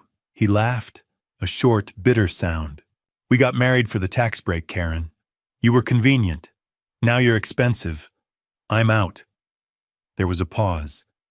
Karen could hear traffic in the background, a woman's voice faint, asking if he was ready. "Who's that?" Karen whispered. "Someone who doesn't need me to be an ATM for her." The line went dead. Karen sat in the silence of the Lake Oswego house. The house that was no longer hers. The house the bank would seize in 3 months, and realized she had nothing left. Andrew filed for divorce on August 7th, 2023. Karen received the papers by certified mail. The filing cited irreconcilable differences. Andrew requested no alimony, no assets, no contact. He wanted out clean. By mid-August, he was gone. The house went into foreclosure. Karen moved into a small apartment in Beaverton, $1,200 a month, one bedroom. Ashley stayed in New York, scrambling to find roommates, working part-time at a cafe, barely scraping by. Karen called her daughter every night. Ashley cried. Karen cried. Neither of them mentioned my name. Karen and Ashley now had to survive on their own, and they had nowhere left to turn. In September 2023, 6 months after the trial, my phone rang. It was Karen. I almost didn't answer. Her name on the screen felt like a ghost. I hadn't spoken to her since March, since Judge Sullivan had dismissed her lawsuit. I'd heard through Tyler that Andrew had left. I'd heard the house was in foreclosure. I'd heard Ashley had dropped out of Parsons. But I hadn't called. I hadn't reached out. I'd stayed silent. Now she was calling me. I answered on the 4th ring. Scott. Her voice was thin, strained. I need to talk to you. About what? I kept my tone neutral. Ashley. She can't pay her rent. She's going to be evicted. The landlord gave her until the end of the month. I don't have the money, and Andrew's gone, I said. There was a pause. Yes. So why are you calling me? Because she's your daughter. Karen's voice cracked. She needs help, Scott. She's not my daughter. I cut her off. My voice was calm, steady. She's Ashley Thompson, Andrew's daughter. Where is he? Karen's breath hitched. He's in Seattle, with someone else. He left us. He stopped paying everything. He filed for divorce. Scott, please. Karen. I said her name once, quietly. You made a choice. Ashley made a choice. You both decided I wasn't her father anymore. You took my name off the birth certificate. You sued me when I stopped paying. You told a judge I was obligated, and the judge said no. That was different. It wasn't different. It was exactly what it was. You chose Andrew. Ashley chose Andrew. Now Andrew's gone and you're calling me because you need money. She's struggling, Scott. She's working in a cafe. She's barely making rent. She had to leave school. That's not my problem. Silence. Then Karen's voice, barely a whisper. Please. I closed my eyes. I thought about the Sweet 16. I thought about the $77,500 I'd borrowed. I thought about the father-daughter dance I never got. I thought about the emergency contact form at Parsons with Andrew's name on it. I thought about the day I discovered she'd changed her name, and the way I'd felt standing in that probate office staring at a document that erased me. I'm not a backup plan, I said. I'm not someone you call when the first option doesn't work out. You made your choice. She made hers. Now you both live with it. Scott. I hung up. The phone didn't ring again. I sat in my living room in Lake Oswego, the same townhouse I'd moved into after the divorce in 2011. The same place I'd lived alone for 12 years. The same place I'd wired payments from every month, $3,600, then $4,575, then $10,100 for a daughter who'd stopped being mine long before she'd legally changed her name. And for the first time in years, I felt nothing. Not anger, not sadness, not even relief. Just quiet. 2 weeks later, Tyler called. He'd run into Karen at a Safeway in Beaverton. She looked tired, he said. Older. She'd told him Ashley had come back to Portland. She'd dropped out of Parsons in August after finishing 2 years. She couldn't afford the rent in New York. She couldn't afford tuition. Andrew had promised to cover everything, but when the money stopped in May, she'd tried to hold on. She'd worked at a cafe near Union Square.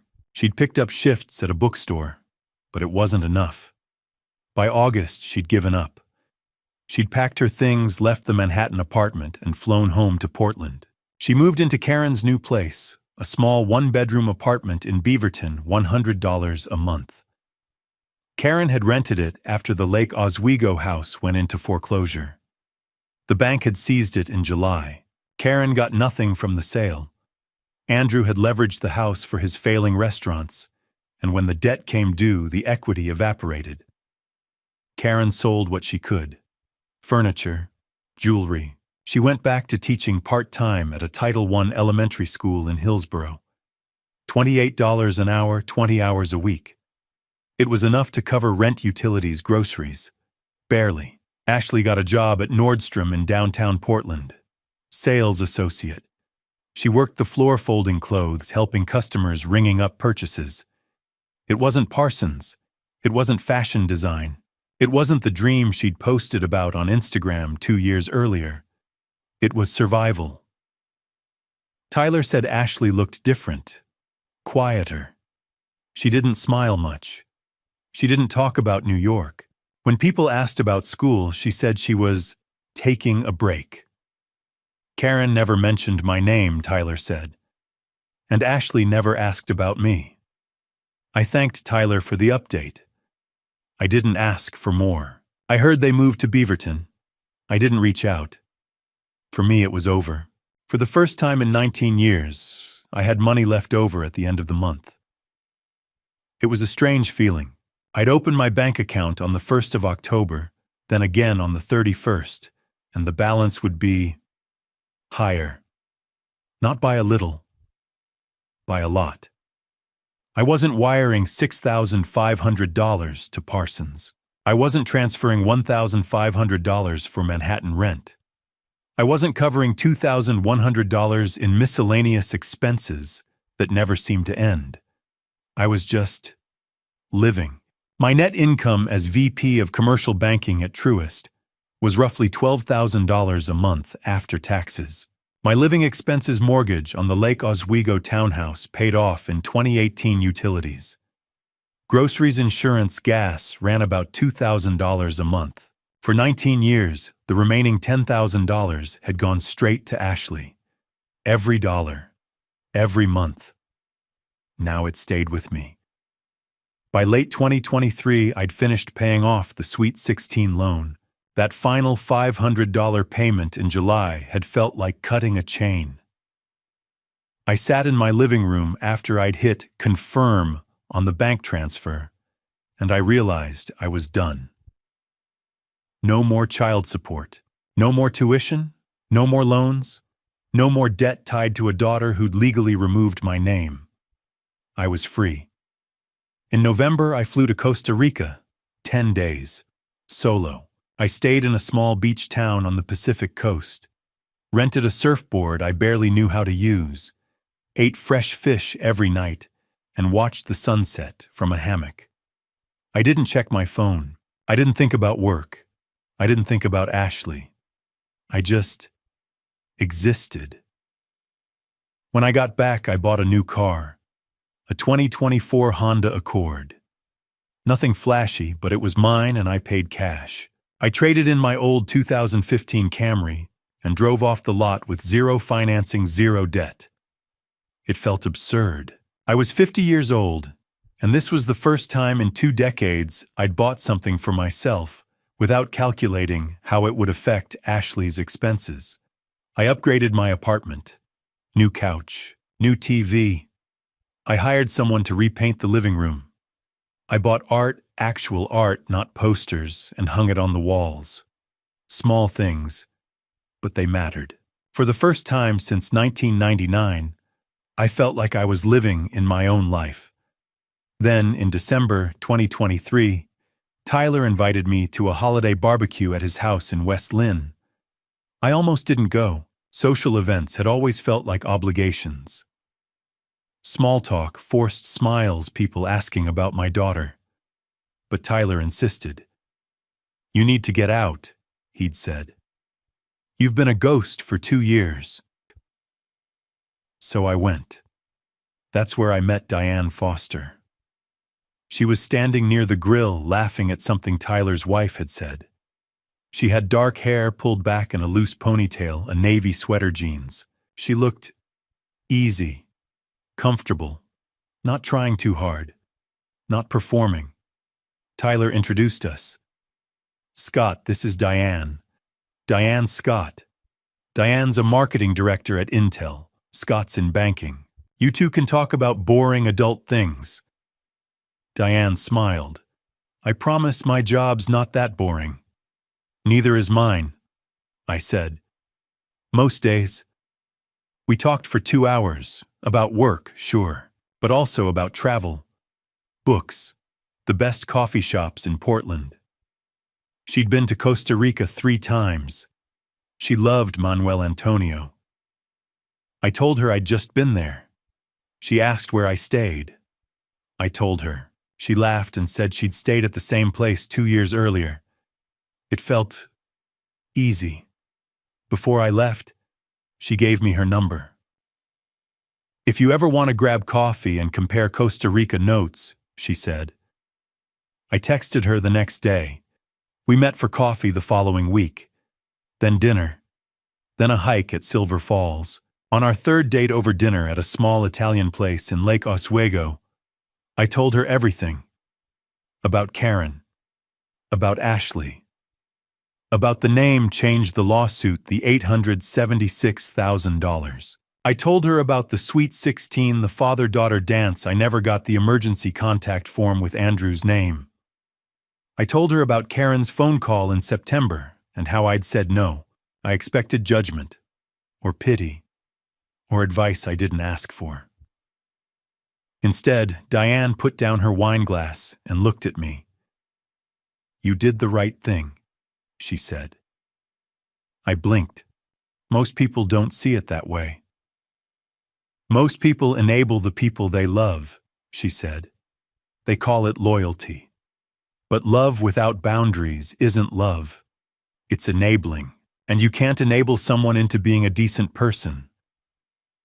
I stared at her. She reached across the table and touched my hand.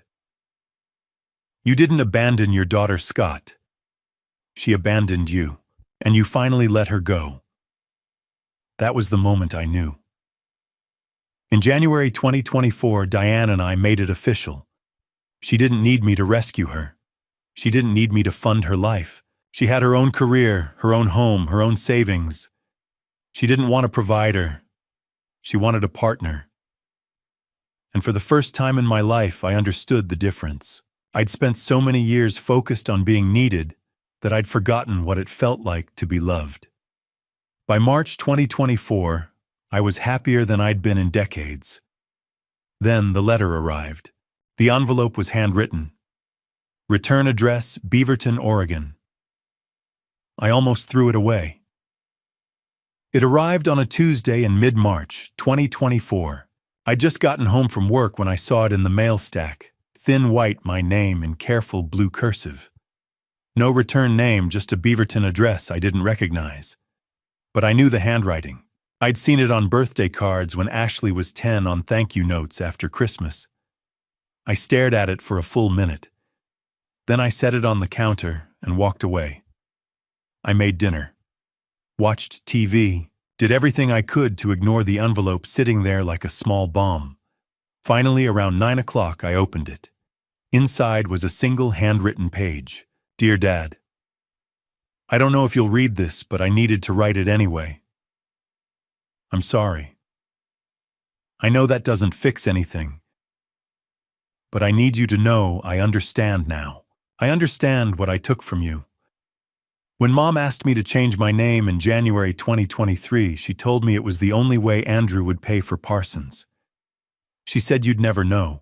I was 19 and scared of losing my tuition, so I signed. A few weeks later, I looked up the law. I realized Mom had lied. I didn't need your signature.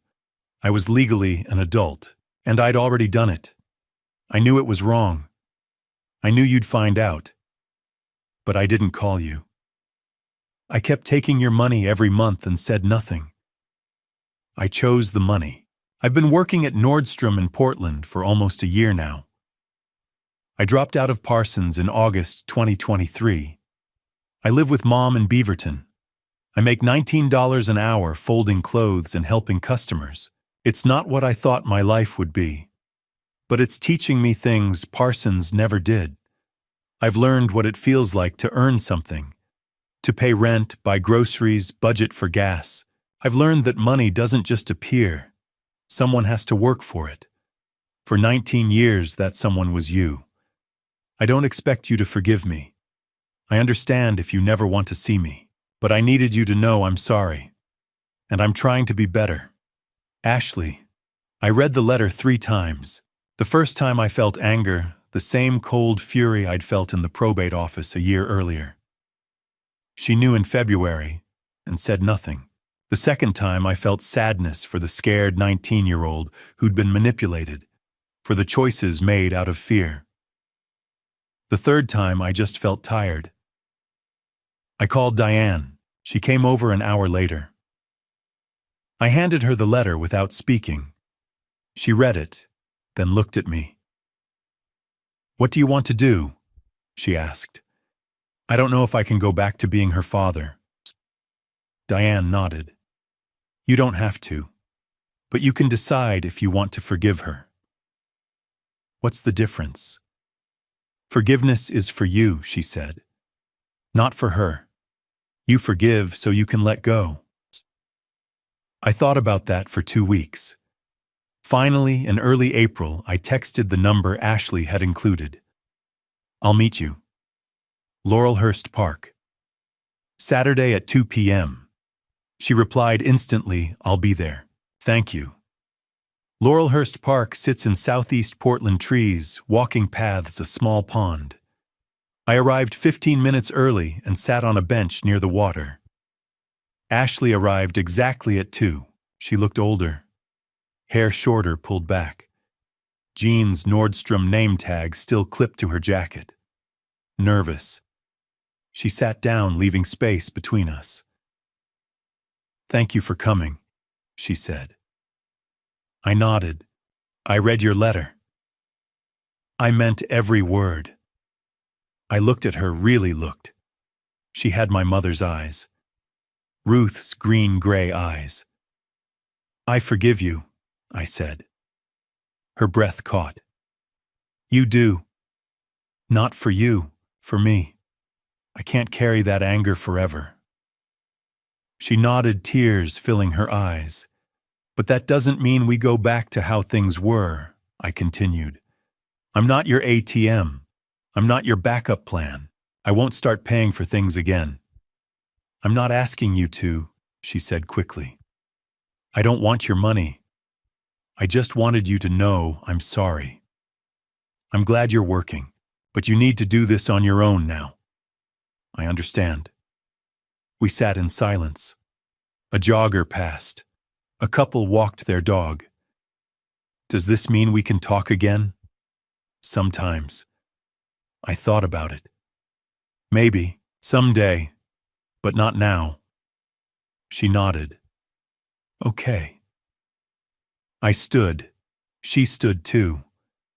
"I hope things get better for you," I said. "Thank you," she whispered. We hugged, awkward, stiff like strangers, but it was something. I saw tears on her cheeks when I pulled away. "Take care of yourself, Ashley." "You too, Dad." I walked to my car and drove home. It wasn't closure. It wasn't reconciliation. Just a beginning, a small, uncertain beginning of something new. Not what we'd had before.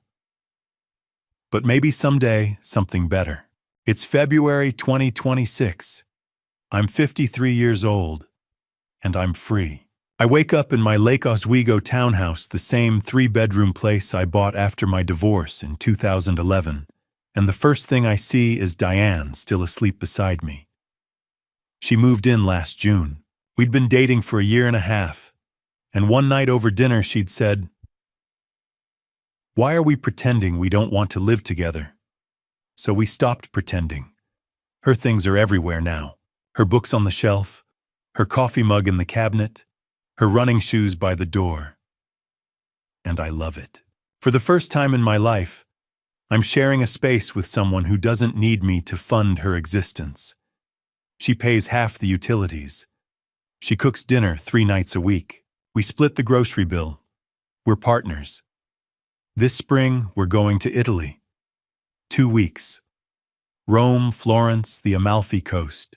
We've been planning it since December, comparing hotels, mapping out day trips, arguing about whether to rent a car or take trains. She wants trains. I want a car. We'll probably compromise and do both. I'm still VP of Commercial Banking at Truist. Same job I've had for 26 years. I could retire in 7 years if I wanted to, but honestly, I like working. I like the routine. I like having somewhere to go in the morning, problems to solve, colleagues who respect me.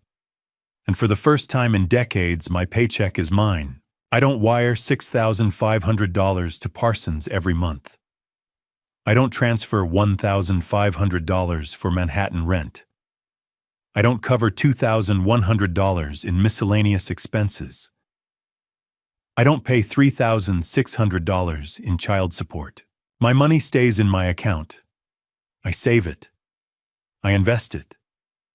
I spend it on things I want, trips, dinners, a new couch, a weekend at the coast with Diane. I'm free, but freedom, I've learned, doesn't mean forgetting. I still think about Ashley. Not every day, but sometimes. I wonder how she's doing. If she's okay. If she's learned the lessons I couldn't teach her. And according to Tyler, she has. Tyler still keeps tabs on Karen and Ashley through mutual friends in the Lake Oswego, Beaverton area. He doesn't tell me everything he knows. I don't want the full story, but he gives me updates when something significant happens. Here's what I know: Ashley still works at Nordstrom. She's been there almost 3 years now. She started as a sales associate in the women's department, making $15 an hour. Last year, she was promoted to senior sales associate. She now makes $19 an hour and trains new hires. She's saved $25,000. Tyler told me that in January. I almost didn't believe it. $25,000 in 3 years on a retail salary. That's discipline. That's sacrifice. That's something I never would have thought she was capable of in 2023. She's applying to Portland State University for fall 2026. Business Administration. PSU is a public state school. Tuition runs about $12,000 a year for in-state students. She's applying for scholarships. She's taking out federal loans. She's using her savings to cover what the loans won't. She's doing it herself. Karen, according to Tyler, is still in Beaverton. She went back to teaching full-time at the same Title I elementary school, where she'd worked before marrying Andrew. She makes around $58,000 a year now, enough to cover rent, groceries, her car payment. She hasn't remarried. She doesn't date. Tyler says she looks older, tired. Her relationship with Ashley is strained. They live together, but they're not close. Ashley works long hours. Karen works long hours. They pass each other in the apartment, exchange pleasantries, and retreat to their separate rooms. It's functional, but it's not warm. As for me and Ashley, we meet 2, maybe 3 times a year. The first time was 6 months after Laurelhurst Park. October 2024. She texted and asked if I wanted to grab coffee. I said yes. We met at a Starbucks in Tigard, halfway between Lake Oswego and Beaverton. We talked for 45 minutes. She told me about her job. I told her about Diane. It was polite, careful, like 2 acquaintances catching up. She didn't call me Dad. She called me Scott. Or sometimes she avoided using a name at all, just making eye contact when she needed my attention. I didn't correct her. We've done that a few more times since. Coffee in November 2025. Lunch in January 2026. She tells me about work, about her plans for PSU, about a coworker she's become friends with. I tell her about trips with Diane, about work, about the new restaurant we tried last week. We don't talk about the past. We don't talk about the name change or the lawsuit or the $876,000. We don't talk about Andrew or Karen or the years between 2013 and 2023 when I was invisible. We just exist in the present. Politely. Distantly. Exactly as I said we would in March 2024. She doesn't ask me for money. I don't offer. When the check comes, we split it. That's the agreement. And we both honor it. I don't know if we'll ever be close again. I don't know if she'll ever call me Dad. I don't know if I'll ever feel like her father the way I did when she was 6 years old, running toward me in the driveway, after work, arms outstretched, yelling, "Daddy's home." But I'm okay with that. Because I learned something in the last 3 years. Love without boundaries isn't love. It's enabling. And I spent 19 years enabling a daughter who didn't respect me, funding a life I wasn't part of, sacrificing my own future for someone who'd legally removed my name. I don't regret stopping the money. It was the hardest thing I've ever done, but it was also the most necessary. If you're reading this and you see yourself in my story, here's what I learned. Lesson 1. Love without boundaries isn't love, it's enabling. For 19 years, I thought providing everything was love. I thought if I paid for the tuition, the rent, the parties, the clothes, if I just kept giving, she'd know I cared. But that wasn't love. It was fear. Fear of losing her. Fear of being replaced. Fear of admitting that money can't buy a relationship. I was wrong. Love means teaching someone to stand on their own. It means saying no when they need to hear it. It means letting them fail so they can learn. I didn't do that. I enabled a lifestyle I couldn't afford, and a daughter who didn't respect me. And it took me 19 years and $876,300 to realize it. Lesson 2. You can't buy love, respect, or a relationship. I spent nearly $1 million trying to stay in my daughter's life. I paid for everything. And in return, she legally removed my name and replaced me with her stepfather. Money doesn't create connection. Presence does. Boundaries do. Respect does. I should have spent less time writing checks and more time teaching her that love is something you earn, not something you buy. I should have set boundaries in 2013 when Andrew started taking my place. I should have said no in 2020 when she asked for a $77,500 party. I should have stopped in 2021 when she listed Andrew as her emergency contact at Parsons. But I didn't. Because I was afraid that if I stopped giving, she'd stop caring. And you know what? She did anyway. Lesson 3. Forgiveness is for you, not for them. I forgave Ashley. Not because she deserved it. Not because she earned it. But because I deserved peace. Carrying anger is like carrying a backpack full of rocks.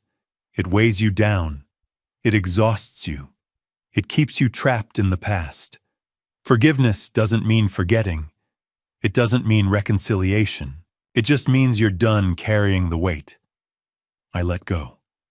And for the first time in decades, I could breathe.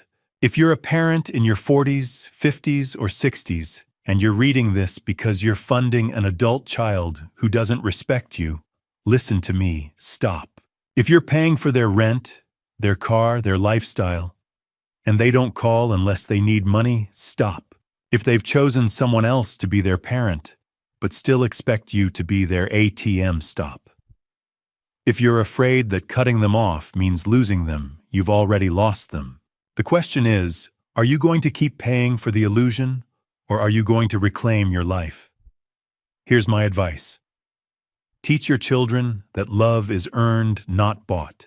If they don't respect you, no amount of money will change that. If they choose someone else, let them go. You can't force belonging. You can't buy loyalty. And you can't make someone love you by funding their life. And if they come back, forgive them.